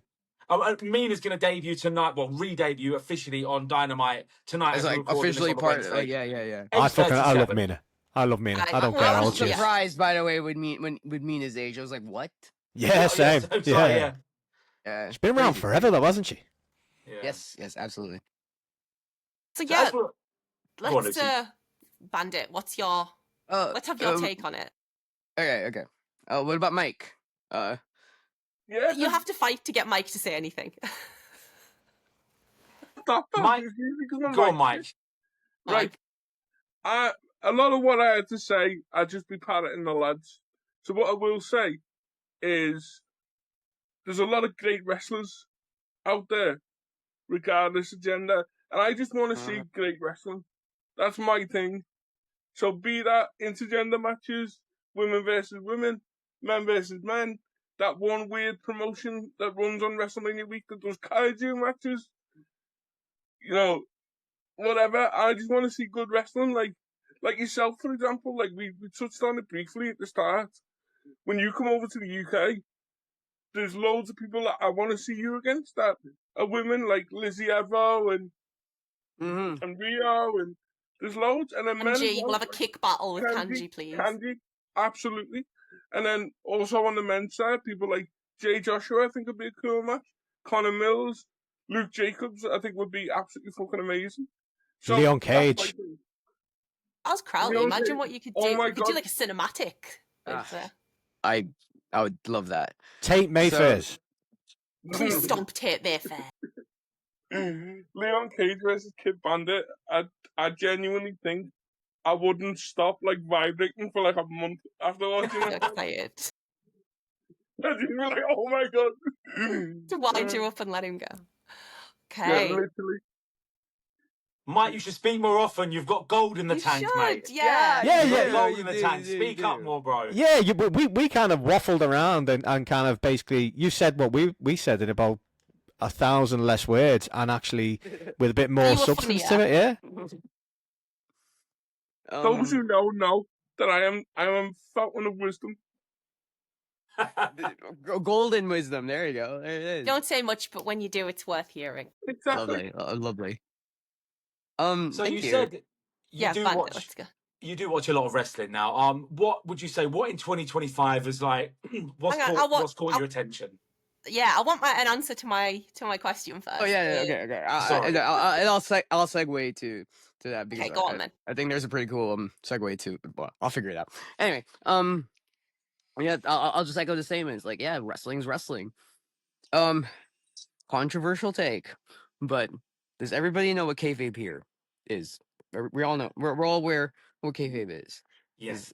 And I like to think that in certain spheres in the world, like definitely not in Japan. In Japan, alive and well. I love it. Western Hemisphere, however, yeah, that shit's dead. I miss it. Fucking dead. Yeah, I miss it too, but it's fucking dead. It's deader. It's deader than Uncle Ben. All three of them. Like, you know what I mean? Like they're like it's deader than Uncle Ben. And it's not coming back either, like Uncle Ben, because you never fucking see Uncle Ben coming back. Uncle Ben stays fucking. No matter what WWE or AEW or any other major company tries to do to try to like be like, oh yeah, like they're doing this. It's a shoot now, y'all. Like, well, do you want to know why, in my opinion, Brawl Out was like such a big thing? It's because we couldn't tell if it's real or not. We couldn't tell, and then it turned out to be real, and everybody was like, oh my god, controversy. But did it do the company that had it happen any favors? No, it did fucking tank. It I feel like they're still kind of recovering from that a little bit, like, you know, Yeah. which is a shame because like everybody rightfully pointed out, AEW like has a myriad of like incredibly talented like people that I would want nothing more than to just sit down, turn on the TV and just watch them wrestle. But instead now I got to deal with like fucking drama, like real life Yeah. drama, and nobody would shut the fuck up about it. It was like, no, brother, I don't give a shit about the brawl out situation. It was a hot topic for a week. I want to see Willow Nightingale on my TV screen. I want to see Athena not be on Ring of Honor and be on Dynamite. Like, holy shit, you know, like, you know. So these are the things I want to see. I want to bring up like a company that they folded a couple years ago, but like I feel like you guys will know about Lucha Underground. The way the way that Lucha Underground approached wrestling was one revolutionary. They fucking filmed it like a fucking movie, and I'm like, oh my god, great. But secondly, they never made a big deal about their talent being intergender. They just said like, oh well, like she has a disadvantage because she's like 100 pounds lighter than Matanza. But like she could beat them with lucha, like, you know, like with a lot of like twirly whirly furlies, like, you know, like because we buy into that. But like, let's be real here, people. Have you all ever seen a 100-pound person take on a 200-pound person and do lucha in the street? Or in UFC, or in any capacity that's not like in like sensationalized in a fictional setting. No, but we buy into it when Black Widow fucking does the tilt-a-whirl head scissors on the Shield, a Hydra agent in Iron Man 2. We saw that shit and thought immediately like, yeah, we believe Black Widow could beat up a bunch of like highly trained like military operational personnel because they booked her that way. So why can't we, as a collective audience that's already willing to suspend our disbelief that someone's gonna lay down there while some other person does a backflip off a top rope, why can't we suspend our disbelief any further to see a woman who trained so much to become proficient in whatever they do in the ring, take on a dude who is also trained a lot to become proficient at whatever they do in the ring, go at it, and maybe the woman is able to overcome the man because their skill set is just refined enough that they're able to overcome them for 3 fucking seconds.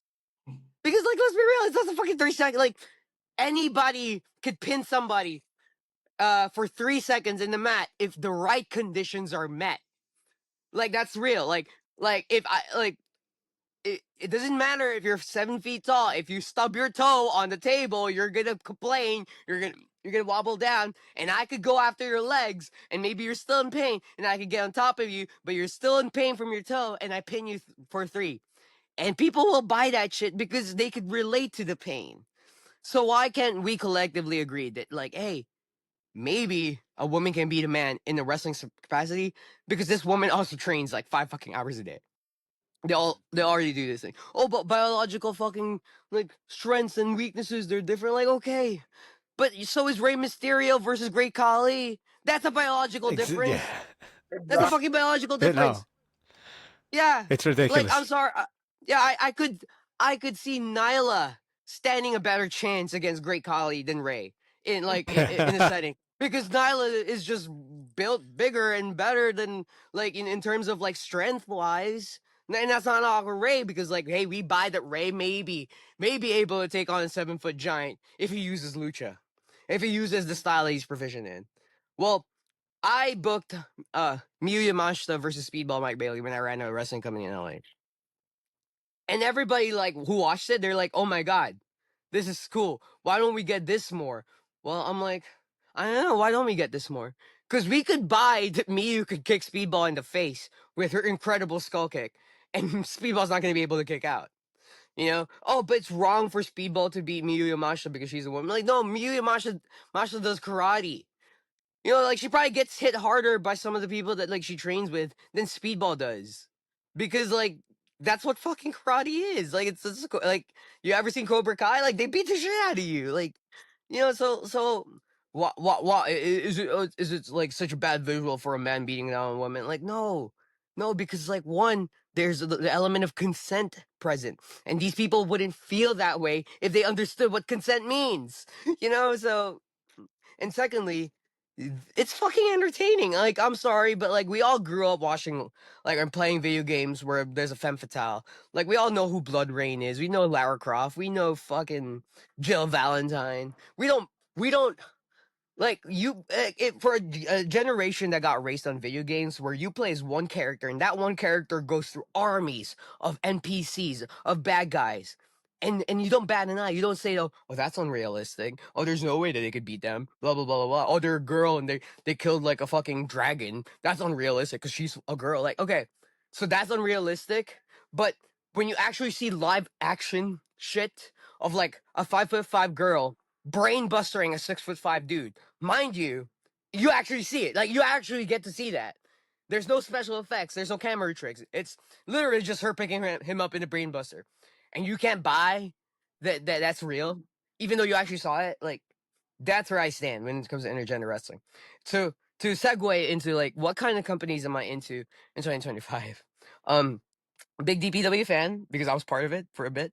I watch a lot of indies. When it comes to independent wrestling, I watch a lot of IWTV. I think right now I watch a lot more AEW than I do WWE. I do keep up with the Cody Rhodes stuff because Cody, but I I don't know, like maybe this will come bite me in the ass a little bit, but I feel like a lot of the directions of the American companies right now is being skewed by politics.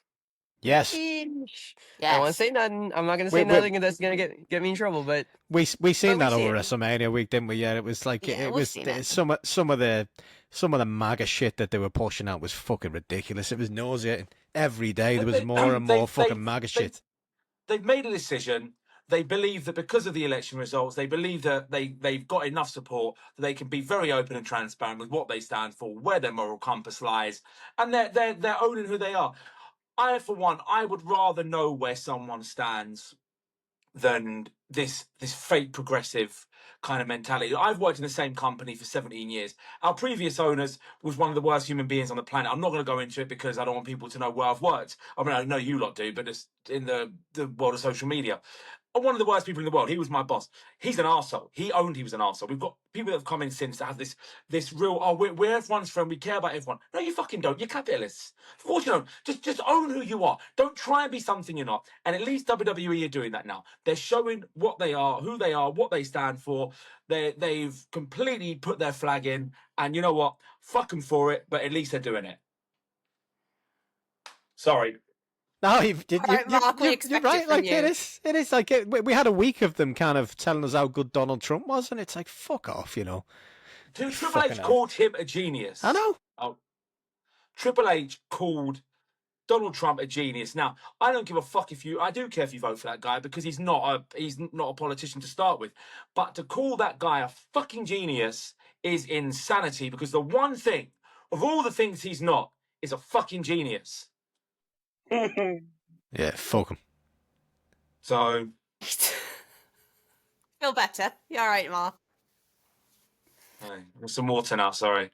Yeah, and Kidd Bandit is now gone. Sorry, my phone died. I thought I No, was it's getting alright. hacked by the NSA because we were talking so much shit about the government. Well, we have I thought- decided. Go No, on, go on. Andy. I was just gonna say I thought Bishop was outside in his car waiting to run you over again. That's Telling you, it could have been Bishop. It could have been Elon Musk. We'll never know. Or it could have been Kenny Omega. You have It could- recently. That is what we wanted. The other thing we wanted to talk about: Kenny Omega just shouting you out as someone like really special, and so I have to know: would you rather? And do you think you'd have a better chance facing Kenny Omega in the ring, or behind a controller? Oh my gosh, definitely behind a controller.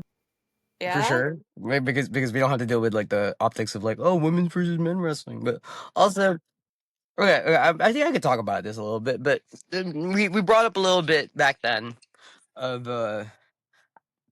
it was always an easy journey for me to like stay in wrestling. There have been moments where I feel like I wanted to retire, yada yada. One of the instances that this came about was because I was just getting harassed online, and honestly, it's probably because I reacted a lot, like the way I did. Like I acknowledged the people that would talk shit, and because I acknowledge it, like they think that they could get to me, which they did. Um, one of the few people that like reached out behind the scenes to me was Kenny Omega. He messaged me on Twitter. I was like, "That's Kenny Omega messaging me." Huh? How about that? And he basically like it was a bunch of long paragraphs of him just like saying, "Hey, don't let him get to you. Like, just keep doing yourself. Like, be you who you are." And lots of positive messages. Like, I don't want to get into too much details because he didn't do it in a public setting, so I assume he wanted it to be a little bit more, low key, which I feel like is a mark of a good person, right? Like, like Yeah. when you're doing something good without the expectation that it like gets talked about. But I'm gonna talk about it because like it meant a lot to me. And him doing that like this was like years ago, and like just it really helped me like stick it through. I'm like, yeah, if Kenny fucking Omega is telling me don't quit wrestling, just take it at one day at a time. Like I'm like, yeah, then I'm gonna fucking do that because that's Kenny Omega telling me that. Then fast forward like a couple of years later, I've been back for a bit. I just like he shouted me out like I want to say like maybe a day or two after the Zack Sabre Jr. match. So there's a part of me that's a little hopeful of like I hope you saw that match and like you're like yeah because like he did play a part in me being able to like stick it out as long as I did in order to get that match with Zack and like have like one of the better performances in my career. Like if not the best in my opinion. Like so there is that level of like maybe he did keep up all these years just to see how I'd be doing, and now that I'm back, like maybe he did pay attention enough to like see that I wrestled like someone that he used to wrestle against, like and he saw like the impact that he had because like now he's like saying like oh yeah she's special. I was like well yeah motherfucker you got me here like you I wouldn't be here again if like if I let those fucking faceless Twitter marks fucking get rid of my dream for me, which they for a long time I let people like that affect like how much I viewed wrestling. So yeah, like I definitely would love to like step in the ring against the best bat machine. That'd be cool because like who wouldn't? I like let me put it this way. I gave Zack Sabre Jr. a run for their money with my mosh pit karate. As someone that also studies a lot of Kenny Omega, I think I think I could win. I'd win. I'd win. Like it would be a big tough battle, but I just got to knock him out for 3 seconds, right? And like I got pretty good kicks. So I think so. I mean, and we know that Kenny's always up for a bit of gaming in his wrestling. Remember the Yakuza? Was it like a Dragon Street fight that they did? yeah, You he's did come up with something He's in. I mean, you take yeah. No, Yeah, he's in the game. he's in Yeah. what the remake is, isn't he? Yeah, it's like only like it's like a Yes, he card. was. Car He was a was. summon, yeah. Yeah. I'm pretty sure if I start spinning like Jury, or if I start doing a move that he recognizes from a video game, it'll be enough of a distraction. He's gonna recognize it. He's gonna appreciate it, and he's gonna probably think like, "Can she actually do this move?" And then I do it, and it gets him in the face. Boom! That's it. That's all I need to know. Like, hey, I got him with a Senpou Kyaku Tatsumaken because like he probably thought I couldn't do it in real life. The physics were impossible, but I kept at it, and he probably just stood there mesmerized that I hit him with it.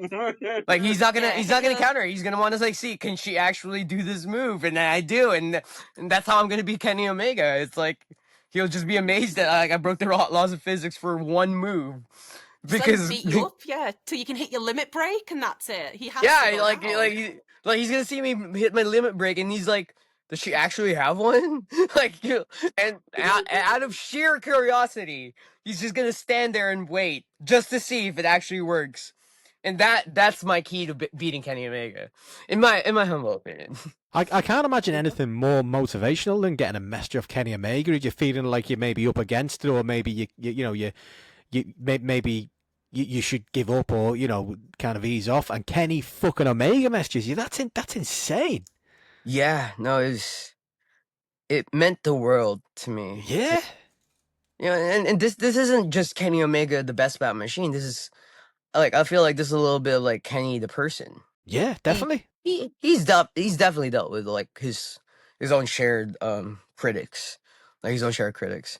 He's definitely Yeah, he like was just talking about it today, wasn't he? With it came out today saying that being the elite, everything they did, people were taking it as a shot at someone, even if it wasn't, and they just got a lot of shit for it, and it ended up not being worth it.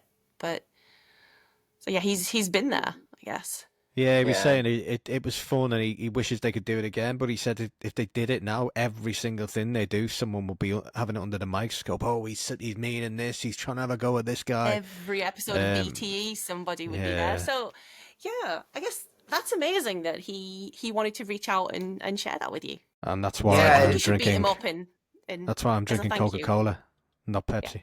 Yep. So yeah. Anyway, that's that's a good one. That's a good one. I just like it almost flew over my head. I was going to ask what games are on your rotation at the moment. I mean, like myself, I've finished Assassin's Creed Shadows for now, just the main quest. But like I say, I'll go back to that. I'm currently rotating between Oblivion Remastered and Atomfall at the moment, and Doom's out like today or tomorrow, or was it yesterday? I don't know. Doom's out, so I'm going to be stuck into that now as well. Dark So Ages, right? Doom Dark yeah, Ages. yeah. I just loved it. There's a gun with the guy, the Doom guy puts skulls into, and he crushes the skulls, and then he kills. Oh yeah. Anyway, amazing. I feel like we're inundated with games at the moment that we're absolutely, my backlog is fucking ridiculous, and every time I start to move on to something else, a new game seems to drop that I'm like, oh, I've got to play that now, I've got to play that. So yeah, I was just wondering, what's on your rotation at the moment aside from Assassin's Creed? I definitely want to get Avowed. I believe those are the same people that did Outer Worlds. Yeah, that's right. Yeah, Yeah, it's very yeah, good. Obsidian. Brilliant Avowed. Yeah. I'm a big New Vegas fan right here. I go to Good Springs all the time. I'm in Vegas. But I didn't like Outer Worlds as much. Unfortunately, it was not that it was a bad game, mind you. I just think that they marketed it as the people that did New Vegas, but it felt nothing like New Vegas in my opinion. I was like, oh come on, like it was very linear. I wanted to see if we would get like an open world kind of thing. All right, I'm gonna get canceled for this, 100%. No fucking regrets. I am one of the last Starfield defenders in existence. No, you're not. You're not. I put about No, 1,000 I'm hours. not. I put about 1,000 hours into Starfield. Yes. It's the best. It's the best game for me since Red Dead Redemption 2. It's a game I've enjoyed most of the generation. It's amazing. Yes. Honestly, it is. And you get people who but there's nothing on the planet. It's empty. Yeah. What do you think's on fucking 95% of planets in fucking real life? Emptiness, nothing. Oh, you can't land on this planet. Yeah, 'cause it's a fucking gas cloud, you cunt. Yes. Like, it's fucking... It's brilliant. It's incredible. It's going to be insufferable now, Bandit. Look what you did. No, but it is. No, you have to, it's incredible. You have to play Starfield in a way it was meant to be played. You can't go out there and be like, oh, quest. No. Starfield is a game that is best experience if you take your time, if you walk, if you go to a fucking if you go to a bar and drink a beer, and you're like, oh yeah, no. And what am I gonna do after I drink a beer? I'm gonna go to the mission log and I'm gonna see what job I have next. And then you just take it one. It's a space simulator. You're not supposed to like come into this game thinking that you're the chosen one. Of course you can, like because it's a Bethesda game, but it's so much more enjoyable if you play it like, oh, I'm just some random fuck in the galaxy. And if you just treat it like that, then it's super immersive. There's so much to do. And not everything needs to be high stakes. Like I feel like that's something I kind of started feeling about like Marvel movies in general. Like every Marvel movie is so high stakes. Like fucking like Shang-Chi could have gotten like as much as I love Shang-Chi, we could have ended Shang-Chi without them going to the magic forest and fighting a big ass dragon. Like if Shang-Chi was just literally like, oh yeah, we're gonna do kung fu in the streets of fucking San Francisco, and then it's gonna be the streets of like whatever country that they went to next, and then eventually like, oh yeah, we're gonna fight in London, like, and it's just gonna be a kung fu fight in the Big Ben, and like the world's not gonna end, the dimensions aren't gonna end. Like I would have bought that, like Thunderbolts, like not gonna do spoilers or anything, but like that was still pretty high stakes. Like everything has been high stakes. And when everything is high stakes, then there are no stakes. It just becomes a regular thing, in my opinion. And I feel like a lot of it stems from the fact that like everybody has to feel like a Thanos. Everybody has to feel like Kang the Conqueror. Everything needs to feel like everyone's gonna get fucked up. Yeah, and then at that point, like if I lived in the Marvel universe, I'd be just like, man, we're gonna fucking die again.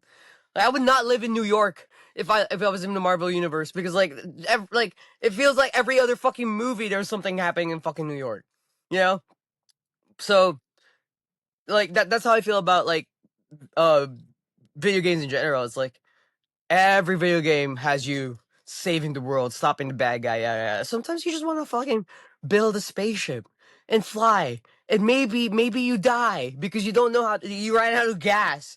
But running out of gas in the middle of space turns Starfield into a horror game, and you're just like, how the fuck do I get back? You know, like shit like that. I feel. Go ahead. And no, as you can say, and smuggling as well. I spent a lot of time smuggling contraband in Starfield. It's fucking great. It makes it a completely different game. Yeah, it's so great. Just like, please don't scan my shit. It feels like realistic, like nowadays. Not gonna lie. Like, You've made his day. No, it's fantastic. The DLC was amazing as well, and I can't wait to see what DLC they're going to give us next.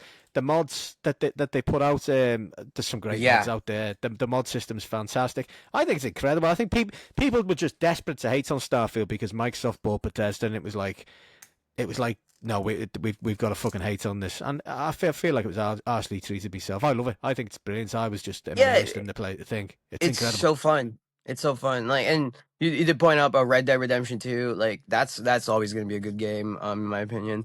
Now that you brought it up, I'm like, do I still have? Like, as soon as you brought it up, I checked like my Steam. I'm like, do I still have that game? I do. It was the most immersive game I played ever, I think, because I remember at one point I was in the town. So this actually happened. It's crazy. This is how detailed it is. I was in the one of the kind of, is it a town? I don't know. It was in one of the centres anyway where the bars are, and this dude comes over to me and he's like, "Oh man, help me. My wife's kicked me out. I can't go home. She's gonna beat the shit out of me." And I was like, "Well, fuck off." And I thought, I'm gonna follow this guy just to see what if it's just a throwaway line or if there's actually something there. And he went round the bar. He drank for a while, and then I followed him back to his gaff. And he went into his house, and his wife starts beating the shit out of him and kicked him out the fucking house. I was like, that's amazing. The detail is incredible. The details. It's like you're, like I'm a big. Go ahead. I am absolutely a huge Red Dead fan. Absolutely love it. I've only been able to finish it once though because the ending it's something you can only experience once. I will not finish it again. I was talking to someone about The Last of Us last week, and they asked me if I cried near the end. The Last of Us 2, I was like, no. And they went, "Oh, would you not cry in video games?" I said, "Well, Red Dead got me very fucking emotional. The last fucking third of that. That was a real tough one." Do you cry at video games, Bandit? Is that absolutely. I cried over fucking Pokemon. I'm sorry, Power World. Power World. Sorry, Nintendo. Yeah. No, like, okay. I think we've come to a point where I grew up a gamer, like, so like I've always had like a predisposition to like video games in general as a medium of art. I think that now in 2025, we've kind of as a society started coming to the conclusion that like video game narratives, like some narratives you can only tell through video games. Like like we see that like a lot happen actually where video game adaptations to the film doesn't necessarily translate as good because like there's certain aspects of like being in control of a character that lets you resonate with their journeys and stories a little bit more. Like I think people like I'll use Last of Us as an example, and I think I could spoil season 1 because if you haven't seen season 1 yet or you're not familiar with the ending of the original Last of Us, like then that's on you, like. But one of the reasons why we, as a player, feel like Joel was justified in doing what he did at the ending of Last of Us was because we were in control of Joel and we were in control of Ellie. We were Joel. We were Ellie. We have seen their struggles. We have seen what they've had to go through. Only for Joel, like, when you were in control of Joel and you lost your first daughter or your Sophia, when you lost Sophia and you felt like you couldn't do shit about it, because it was the canon event. It was always going to happen. No matter how good you played the tutorial level, she was going to die in order for you to like go through your character development. So by the time you actually play Joel in the post-apocalypse, you're a little bit jaded. You're not a good guy. He says that he's not a good guy, but you're still trying to be a good guy as a player because I feel like most people when they play video games they choose to be good, but you see actions that he takes that's morally questionable, but it's framed a certain way. It's framed a certain way because you're in control. You're only seeing your perspective. So you feel like it's justified. So by the time the ending happens with The Last of Us, you're like, oh yeah, we're gonna fuck over the entire human race for one girl.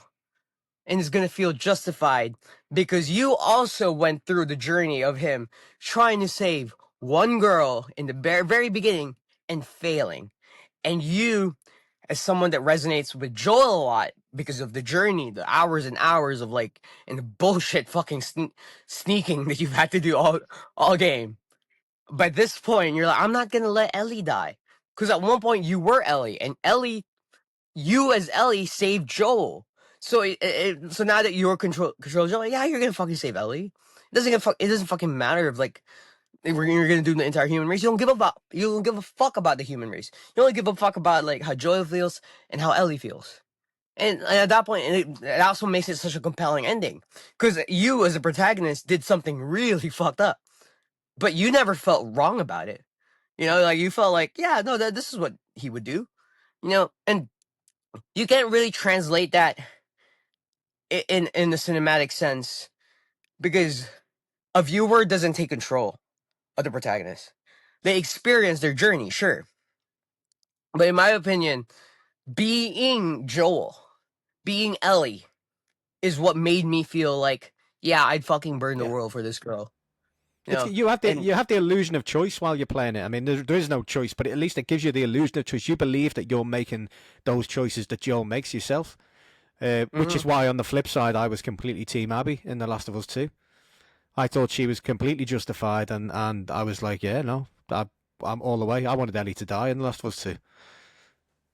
No spoilers for her. yeah, I'm not going to say if she does, but I wanted her to. I was like, yeah, come on, Abby. Abby needs to fucking take everyone out here, make them pay. yeah, and these are narrative elements, like these are narrative choices that, you know, you can't really, like, I feel like they wouldn't have the same amount of impact in a movie or in a TV show as they did in a video game, because in a video game you get to dictate how the journey goes. Like, you get to kind of control like the action sequences and all that stuff, and there's elements of like the journey that will resonate a lot with you, because it's not the player, it's not the player character that experiences, it's you, the player, that experiences it through their eyes, because for a brief moment that's you.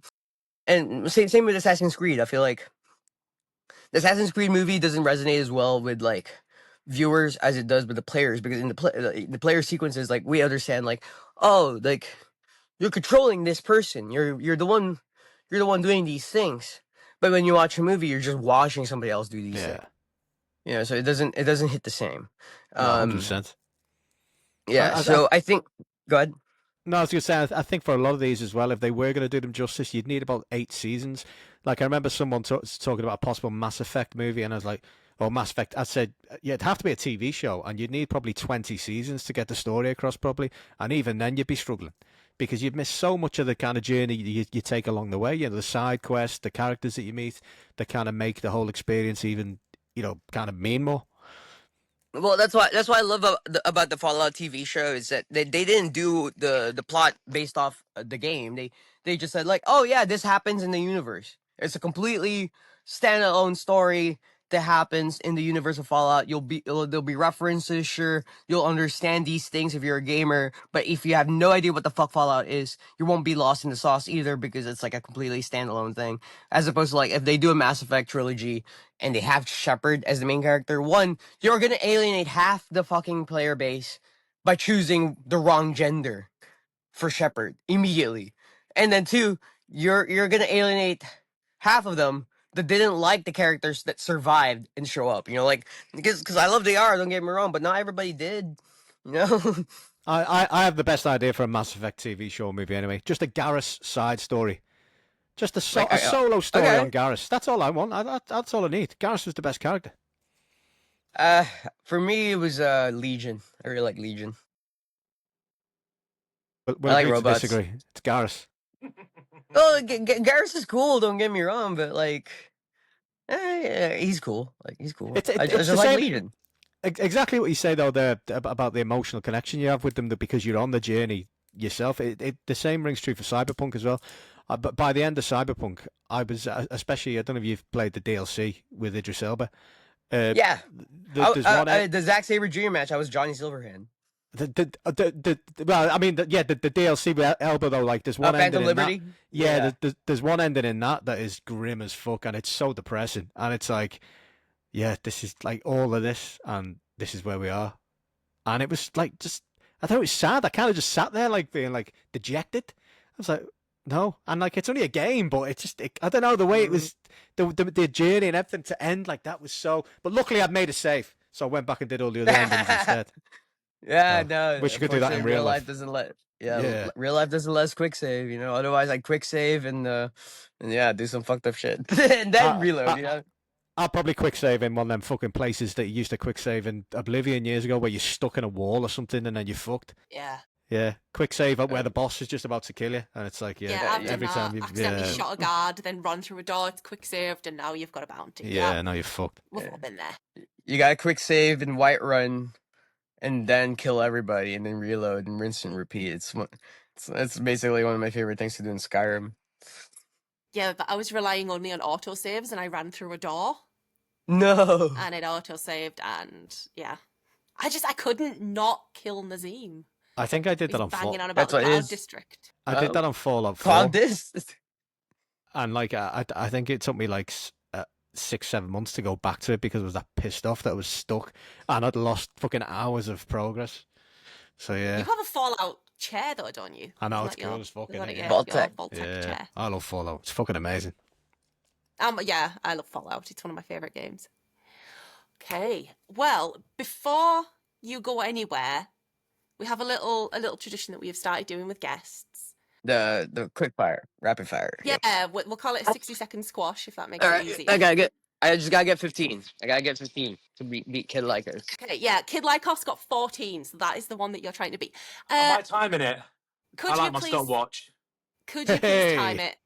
I'm Count timing me it, and I'm timing it, and Andy, you're counting the answers, yeah?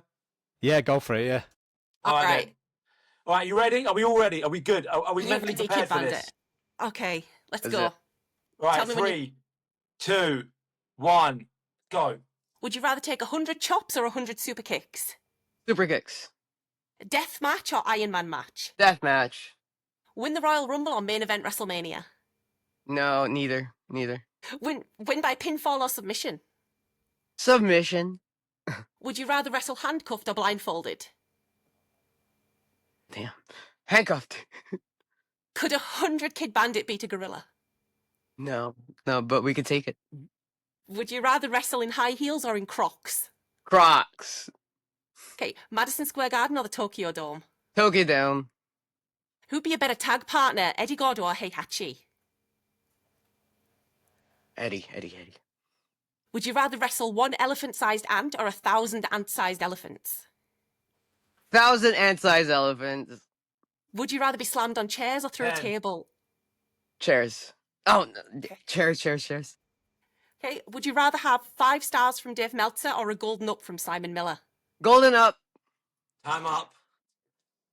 Oh, I'm afraid. Yeah, I'm sorry. One What off. was it? One off. Was it 13? Yeah. I was All liberal good. with the time as well there. I think I was a few seconds out there. Oh, I Kid did Lykoff hesitate with skill. the Eddie and Heihachi question. I'm like, oh, Heihachi's plot relevant, but he has betrayed everybody. So Yeah, that is true. That is true. You did very, very well. I threw some long ones at you that took a bit of considering. No, the 100 gorillas. I was like, you know what? We could take it. Not in a fight though. Well, you did very well. I would love to have you come back and try again one day. That would be amazing. Thank you. Especially when you're over in the UK. If you do happen to be in Liverpool at a time when we might be also at a show in Liverpool that won't be named. So I know I have one in Leeds. I know I have another one further down. Then I have one in Scotland. But like I I live on the said, Scottish border, so I would hopefully you're at a hopefully so. hopefully you're somewhere close. One of the ones I get to. For the most part, I think I have like 4 available dates left. Which, hey, I'm not trying to fill every calendar date, mind you. I've never been to a punk show in the UK, which it's a bummer because I've been there twice, but I've never had the chance to explore the nightlife because every weekend I'm usually doing something. So if I can get one weekend off where I'm just like, I'm just here to party, y'all, like I'm definitely doing it. I'm doing it because like I said earlier in the interview, is like all of the journey now is just enjoying the moments because like you never fucking know. Like, and because Exactly. I You might get run over by a fucking car again. without a Yeah. I'm keyblade. sorry? Nothing more important You than never being know. present in the moment. You could get Nothing more important than being yeah, present. yeah, you could get hit by a car again, and you haven't got a keyblade protecting you. So No. It definitely was the beginning of my isekai adventure. If I died and then get reincarnated in a different world, I'm like, well, I got hit by a car. Now I'm like a pro wrestler in like a fantasy world or some shit like that. a Lucha I've Underground should also reform and do that. Hmm. You know, funny you say that, but that's kind of something I've been working on. A little teaser, but I did have a lot of experience running a wrestling company in the past. Right now I'm working a lot on Hollywood projects. Can't really talk about it because it's like, but let's just say a lot of the stuff I'm working on, influenced by Lucha Underground cinematic wrestling. Brilliant. It's hopefully gonna materialize next year. It's something that I'm taking seriously. I'm trying to see if I can get like big name Hollywood people involved because like the interest for wrestling right now is an all time high. Like people like it, but I don't think people want WWE in the sense of like that's all they want. I think they just want like they're just intrigued by the idea of wrestling because like we just had Iron Claw and Yeah. when people find out that like the real story is even worse than the movie, they're like, what? And I don't think people realize that what happened to Devon Eriks happens to almost every wrestler. Like that's how much sacrifice you actually have to make for this business. It's common for us. So yeah. There's a reason Dark Side of the Ring have gone 7 seasons. They Yeah. still got, there's still stories they can't touch or haven't touched. Fuck, I'm scared they're gonna do one of me and like what fucking happened with Russell Queerdom. That shit. So all right, well, yeah. Hey, now before we're nearly at 2 hours. Is there anything else that you want to tell us? That what have you got coming up in the next like week or two that can hold us over till you get to the UK? But for the most part, I'm doing a bunch of like stateside wrestling shows. I'm gonna be wrestling in an anime convention, so I'm probably gonna dress up as Goku and fight Goku Black. That's gonna be fun. The other one I'm gonna do is I think I'm gonna see if I can do Sephiroth. I feel like or Squall, one or the other. Use a gunblade. So yes, like I said, like I'm not your average wrestler. I do shit like this. Like 1 minute I'm in Japan. 1 minute I'm in Japan tagging with Masato Tanaka and wrestling Zack Sabre Jr. The next, I'm dressed up as Cloud Strife fighting Sephiroth in an anime convention because we're all about being in the present, right? So that's what I got coming up. I do have a Europe tour coming in. Couple of shows have been announced so far, but I'm also like gonna put out like a full schedule once I'm there. I can't say guarantee shows. I'm definitely gonna be in the UK, definitely gonna be in Scotland, definitely gonna be in France. Possible Germany, possible Greece, possible Italy. So lots of places, lots of stuff to do. So I definitely have to start researching like best things to like best phrases to learn in those languages so I can like navigate myself. Definitely not looking to get stranded in Ibiza, but if it does happen again, I'm not gonna say no. Oh, it's not a And bad one, yeah. Yeah, if you're gonna get stranded somewhere. Yeah, if as I'm long as gonna it's get not stranded Reading. somewhere, indeed, yes. It's before we move on as well. Sorry, we did ask on the Discord earlier. We kind of kept it low key that we were getting you on because we wanted to surprise a lot of people. But we did ask on a Discord for questions, and we had a few. It was a bit late, like it was literally just before we started recording. But if you don't mind, No, if I fire these at you. let's hear it. So The first one go was ahead. from Rich, and like he's great guy, Rich, and he said firstly not a question, just that you're making one hell of a comeback. He's got so much respect for you, and then he did give a question: who are your dream matches opponents if you in each of the companies, AW, WWE, or TNA? If you were to have a match with anyone from any of those three companies, which ones would it be in each? Question. Well, fun fact, but the TNA Dream match I have is actually happening this weekend. Not in TNA, mind you, but my TNA Dream match has always been Masha. Slamovich. I before Masha got signed to TNA, before she was like consistent on the indies, like a lot of the blow up that happened in my career initially, I would always end up in a show with Masha, to the point where we became friends just because we were always on shows together. But we never actually wrestled each other one on one. And to see where she is now, considered one of the best in the world, one of the hardest workers in the business, and the current TNA Knockouts champion, like, I definitely want to wrestle her, and I'm getting to wrestle her this weekend for Relentless Pro Wrestling in Spokane, Washington. So keep an eye out on that if you guys are curious. But it should be a fun match. She is my dream opponent from TNA. For WWE, if we're gonna go men and women, because I get that luxury, right? Men, Go for Cody it. Rhodes, easy, Cody Rhodes. I guess for TNA men, frick, Leon Slater. Oh, yes. Leon Slater. Right Yeah, so answer. good. Fucking lovely on Correct. Slater. Yeah, Leon Slater. For the men, for the women, Masha. For WWE, Cody Rhodes for the men, obviously. For the women, sheesh, that's a. See, I've always wanted to wrestle Shayna Baszler, but but I guess Do like it. Maybe- It could happen yeah, now. no, maybe that early actually now, yeah. it's funny. It's funny because that can happen. Like that's more likely to happen now, you know. But Yeah. yeah, I just wish it would happen in WWE. But if not Shayna right now, someone I've been keeping an eye on. I think everybody like really likes her is Sol Ruka. Like she's Yes. incredible. She's incredible. Incredible. Yeah, so like if I can get a 1-on-1 with Sol Ruka, I'm like, you know what, you guys want to see an anime fight? Yeah, we'll get right on that. AEW is just like, oh, I want to wrestle everybody in AEW. Like everybody in AEW is great. For the women's, hard to pick one. Like so, I'll name five. I'll name five. So it. definitely Nyla. Nyla for sure. Just because like she definitely helped me stick around. Like a lot of her advice I still live through to this day, and I want to be able to validate that by like saying, hey, like me and you. Like I wouldn't be here without you, and that's I speak that about Kenny. I speak that about Nyla. It's pretty much the same thing. The second one, Sheeta. I'm a big Sheeta fan. Before Shida was in AEW, I used to watch Makai, which is like an anime wrestling thing in Japan, and Shida was like their golden ace for the most part. So, I want to wrestle Shida. Willow, of course, everybody wants to wrestle Willow. Tony Storm, all versions of her, like yes. And the last one I want to wrestle in AEW is Emi Sakura, because Chocolate Pro. So those are the five for the men. Kenny Omega. Okay, and okay,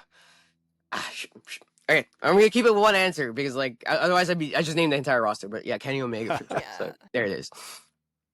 As a fan, I have to say, you do seem like you would fit in AEW so well just with the roster that they've got there. There are so many. Obviously, I would watch you anyway, but yeah, AEW just seems like the place for Kidd Bandit. It's funny because okay, I get to say this sounds like something I make up, but like it's actually real, and it kind of baffles me that it's a real thing. I got trained by the former WWE champion. I just had a match with the former IWGP champion. I just got put over on the internet by Kenny Omega, who is currently the EVP of AEW. So like the top 3 companies in the world know who I am. And I'm out here fucking training my kicks in the mosh pit in the dance floor. Like so I think we feel I just got to chat to someone who was trained by the former WWE champion who got put over by Kenny Omega and wrestled Zack Sabre Jr. thank you. And the next question we had was from Slug, who's a big fan, and he says, if you could bring back one wrestler from the past to compete in today's climate, who would it be? And he also says, would you enter Super Strong Style next year? Oh, that would be nice if they let me in. But yeah, no. Didn't they just announce that they were gonna do like a women's one? Yeah. First one next year. Hey, what's up, Get Progress? in. For if I was to bring back one wrestler from, man, it might be too soon, but Sabu, like Yeah. which kind of happened like very recently. It's crazy too, because like Yeah. it's like damn, like you really like when everybody's like putting over like everything he did for the business from the 90s, like you start realizing, yeah, no, like he really changed the game, right? There's so many colloquialisms that we refer to as, oh, that's called the Sabu because like that's what he does, and like so him for sure. Great answers. I did have a question myself, but I can't remember what it was now, so probably best to move on. I'd like Age is showing there, fella. no, I had one, and then I started reading these questions, and my mind's gone blank. Maybe I'm getting too old. We talked about Starfield too much. That's why. Yeah, what that's it probably is. what it is. Yeah. Okay, last one I wanted to ask. Is there anyone you haven't cosplayed that you would like to? Budget, there's no budget. You can have anything you want. You can have the whole kit. Who? Easy answer. RX-78 Gundam. Like, I'm not talking about the pilot. I'm not talking about the humans. I'm talking about the robot. Actual. The actual fucking robot. I want to cosplay a Gundam. Like, I want that shit commissioned like the Iron Man suit. I want, like, how in WrestleMania Cody Rhodes had the Iron Man helmet that like fucking opened like Iron Man. Like, I want that shit for the entire suit. Uh, Gundam. Like, easy answer. Like, if we're being a little bit more realistic, NCR Ranger from New Vegas. Like, I just like the outfit. But yeah, no. If I could choose Gundam, like here's the sad bit about my cosplays. Most of the time, I make any fucking traction on the internet with cosplays is usually because I'm dressing like a slut. I'm prostituting myself so I can get more traction from my fucking social media, so people would give a shit about my wrestling. It's a very calculated thing, and I'm not ashamed to admit that I only fucking put out thirst traps out there because I know people want to see me fucking sexualize myself, but I really give a shit more if they like my wrestling. That being said, when it comes to cosplays, I know they're gonna like the fucking feminine, like sexy outfits better than dressing up as a Gundam. But in my heart of hearts, I am the type of cosplayer that would rather wear armor and fucking like Master Chief's outfit. Like, I'd rather have Doomslayer's like entire kit. Like, that's the kind of cosplay I want to do. It's very expensive and it doesn't really get a lot of traction on social media, but that's what I want. I'm currently 3D printing a Marcus Phoenix set of armor Nice. because So you understand like the power fantasy of just wearing armor, like thick ass armor. You get it. well, I went to Comic Con a couple of weeks back because TNT Nice. Wrestling were there, so like it was fantastic. They had matches, and then like their next match would be in an hour, so you go and have a wander around. And there was a dude in a fucking Space Marine cosplay, and he was about Oh. 8 foot tall the way he built it, and he was mobile as well. It was fucking incredible. So I came out of that thinking I have to go as Marcus Phoenix to the next one. So I've started 3D printing that off. It's early stages. It'll probably take me 6 months, but whatever. That's what I'm gonna go as. Can't fucking wait. I grew up wanting to be a stormtrooper without the fascist elements behind it. I just like the armor. It's just so cool. We can't talk about them cunts again because your camera might cut off again or whatever. It was in the middle of us talking about them shit. fuckers. I thought I'd offended you before. I'm sorry. It just looks cool. That's it. Like if we can get like stormtroopers that aren't fascists, I'd be that. Like. Do that. We'll get some. I'm sure you could make it work. Well, Just do it like just dress up as a stormtrooper and have the trans flag on. Like, I'm progressive, y'all. Long live the Empire. Yeah, it's just Somehow a job. Palpatine returned. It's just a job. I didn't know what it was. No. I answered an advert. They just said they wanted someone to work here. I'm just following order. Oh my god, now it's getting deep, huh? No, I had friends in the Death Star, guys. you a guy, just yeah. Yeah, they need to unionize on the desktop. No, I was one thing I was going to ask actually as well. You trained at the Nightmare Factory. QT Marshall, I love QT Marshall. Love QT. I love cutie. We speak about him a lot because we don't think he gets his flowers because he does so much. And we had Preston Vance on a while back, and he said he thinks he's one of the most underrated minds in the business. And yeah, just wondering what your experiences were with QT. He's brilliant. Hopefully they're all good. I used to do the Phoenix Splash for my finisher, and I still do it every once in a while. It surprises people when I tell them, like, you know who taught me that? QT Marshall. Like, he did. He taught me the Phoenix Splash because he could do it. It's crazy because like people like don't think of him as a high flyer. It's like, no, he does. He just doesn't do it because he'd outshine a lot of people if he did. And that's another thing. It's like, QT is someone that made a lot of money in wrestling. And me personally, I don't do it for the money, but it's nice to have money in wrestling. if you want to model your career path in a way that like gets you the most amount of profit without needing to like do half the work, and like being able to ingrain yourself in a position where you're very influential, but you're not like, you're very influential, you're very indispensable, but you're also like not stressing because you're kind of in charge.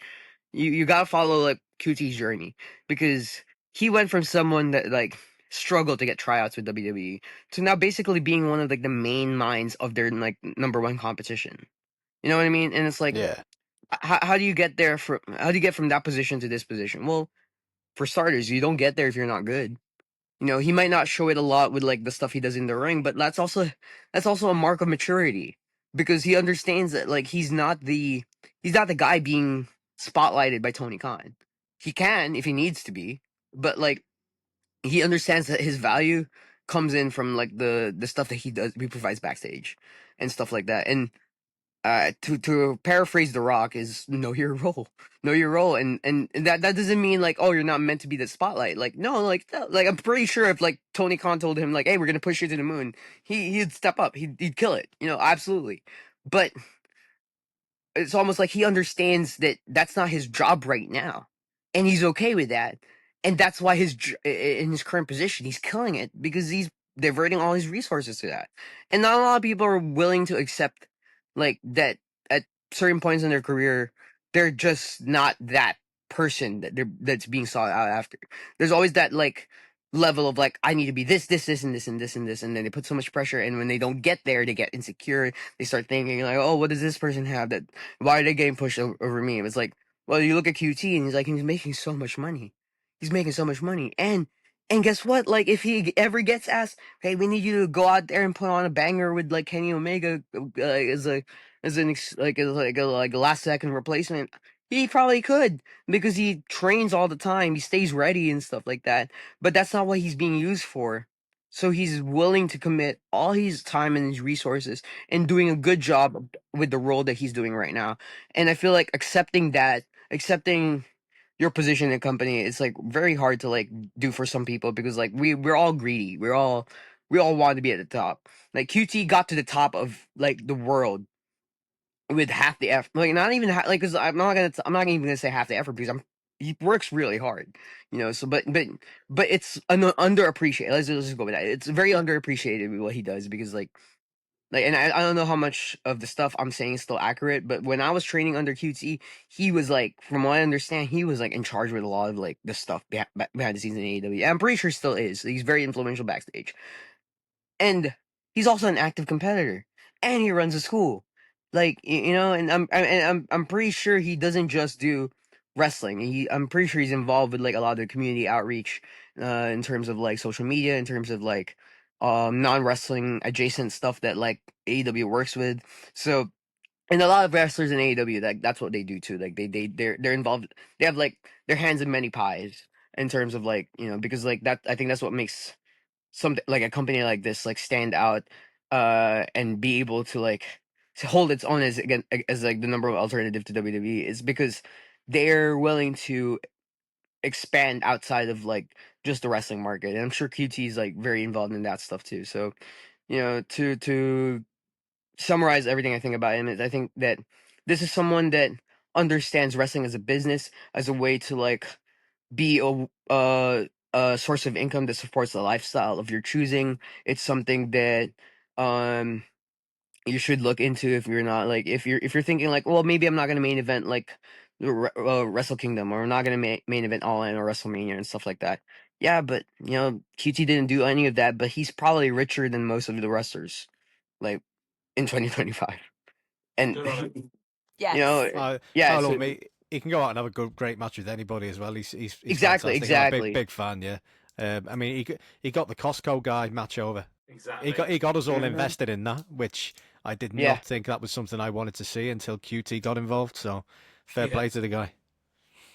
Absolutely. Like it's a classic case of like, you don't really appreciate someone because they're not on TV often enough, but when they do show up, you know it's not going to be bad. Like, like let's just be real. Like, it's going to be something. It's going to be something.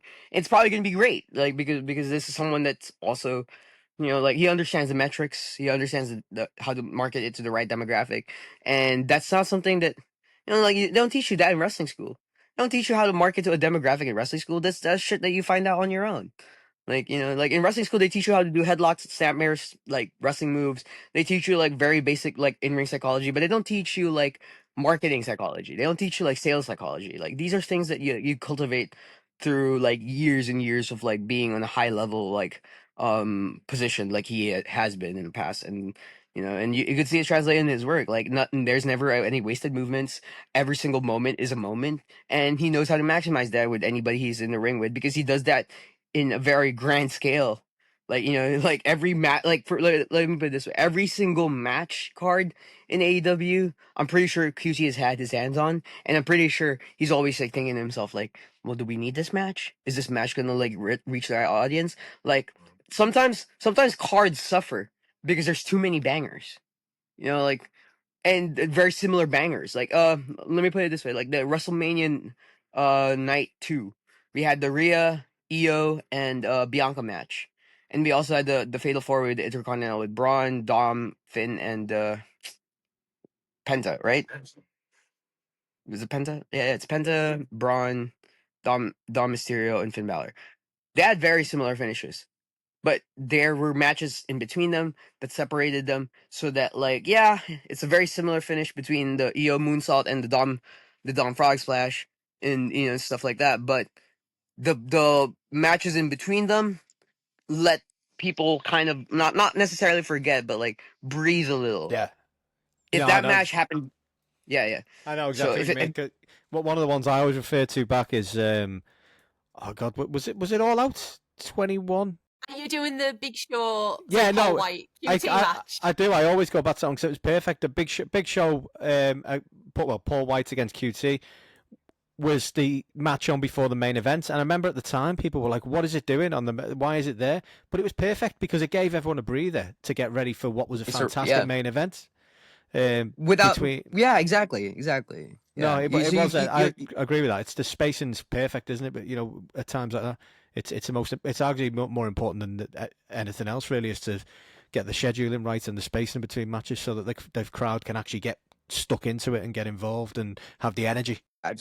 absolutely. Like there's a specific science and beauty in being able to put together a good card that not only maximizes like the time that you're given, but also ensures that like you're kind of controlling how the crowd feels. Like, oh, the heel wins in the match 1, so they're kind of down. Let's pump them up with like a very high stakes, high action match right after to get their energy back up, and then we'll put him back down with a little slower technical pace match. And here's the thing: is like every match still has to be good, mind you. The only way for you to like maximize the reactions for each is by making sure that you don't burn out the crowd. Because like the worst thing about like WrestleMania in particular is there's so much wrestling, so much wrestling. I So, was but at I was at WrestleMania 35, and after sitting there for 9 hours or however long it was, when Becky won the world title, which was meant to be the big moment, everyone was just wanted to go home. It was so badly paced all show, and it was I've never seen like 70,000 people so fatigued for what was meant to be the big crowning moment. So yeah, again, as Andy said there, the All Out 2021 one was just that match being there did so much for the show and what we had to come still with the Adam Cole and Danielson debuts as well. yeah, and that's you could thank QT for that. He's probably one of the people that said like, hey, let's work on the pacing and stuff like that. And so that's what makes him such an invaluable asset for the company, in my opinion, is that he, my experience with QT is that he won't say nothing. If he says something, it's because it's true or he means it, and he's not afraid to hurt your feelings a little bit. I mean, he's not doing it to like put you down. He does it because it makes sense. And a lot of us sometimes we don't want to hear things that make sense. We want to hear things that we want to hear. So like getting someone like him in the position that he's at is probably like, I would hazard to say like, because I don't work for AW, but like as a fan, like I feel like it's something that like they desperately needed, because like you want to be able to have somebody that like calls out bullshit. And I think he always does that. He's like, yeah, that doesn't make sense. Why the fuck would we do that? That's his personality. And like we all love a lovable person that like is willing to like give it to you straight, you know. So anyway, sorry, I love QT. I never get to put him over enough because nobody ever asks. Everybody wants to ask about Cody, never about QT. But like now that I have an opportunity to like thank Coach QT, like thank you, Coach. I'm sure you don't like half the stuff I do because you think the way I wrestle is a little stupid, but I wouldn't be here without you. So like, well, I'm pretty sure he doesn't think I'm stupid. He and I just doesn't wrestle the same way at all. I think that's what it is. Perfect. Because we do appreciate QT on this channel. Oh yeah, we do. He's very underrated. Appreciate QT. And all I do is keen to talk about that. So. Lucy, do Okay. you want to take us home? Shall I say? Yeah. All right. Well, I think we've covered everything. Unless there's anything else that Kidd Bandit wanted to say. No, I'll end up going on a tangent again and take up another hour. That Sorry. would be absolutely fine with us. Feel I free. think I speak for everyone. I say you are welcome anytime on this channel. 100%. You're Thank you. absolutely fantastic. I think this is probably my favourite episode I've ever been a part of. Really? Thank you so much for coming on. I think that's everything. Yeah, I think Oh. I exactly what Lucy said. To be honest, you're welcome on any time if you want to come on again, and or you have anything to plug. Actually, merch. Where can any fans find merch? If you do see me in a live show, please buy the shirts. Because they do take up a lot of space in the suitcase. But also the merch I'd sell and live is always limited edition. Once I'm out of those prints, they're gone forever. So like snag yourself some limited edition. I'm not gonna say something right now, but I will say, hey, maybe you'll see me on TV in a couple of months. Maybe just so if you get those like limited edition shirts now, they'll probably go up in price if you want to resell them on eBay, which I know half of you fucks usually do. So no, I'm sorry. That sounds incredibly fucked up to say. But also, I've seen some of my merch on eBay, and I'm like, come on, guys, like, limited edition. So anyway, twats, exactly, twats. So, but feel free to buy them in person. Other than that, everything I have is on prowrestlingtees.com. And yeah, as far as like anything I want to plug in, nothing in particular. I'm not very. I don't like capitalism. Fuck capitalism. But I will. I will And not plug in the this good way. in. Not in a good way. Not in a good way. I will plug this in though. Please support your local independent wrestling shows. You never know Yes. who might be there. I might show up there. Oof, like they might hashtag someone Kidd Bandit. We never know. But please show up. Support independent wrestling. Support like proper causes. Like just because the world is kind of in a fucked up place that right now doesn't entitle you to be a fucked up shithead. So like try to be good. And in the mighty words of Bill S. Preston and Ted Theodore Logan. Be kind to each other and party on, dudes. And that's all. Hopefully, we'll see you at one of your shows over in the UK very, Yes, very please. soon. Yes, as please. well. I'd love that. Any show you do in Scotland. I'll Buying a hand you limited edition Guinness shirt. if I see you. Thank you. During the match. Okay. During the match. Oh, you know what? Let's do it.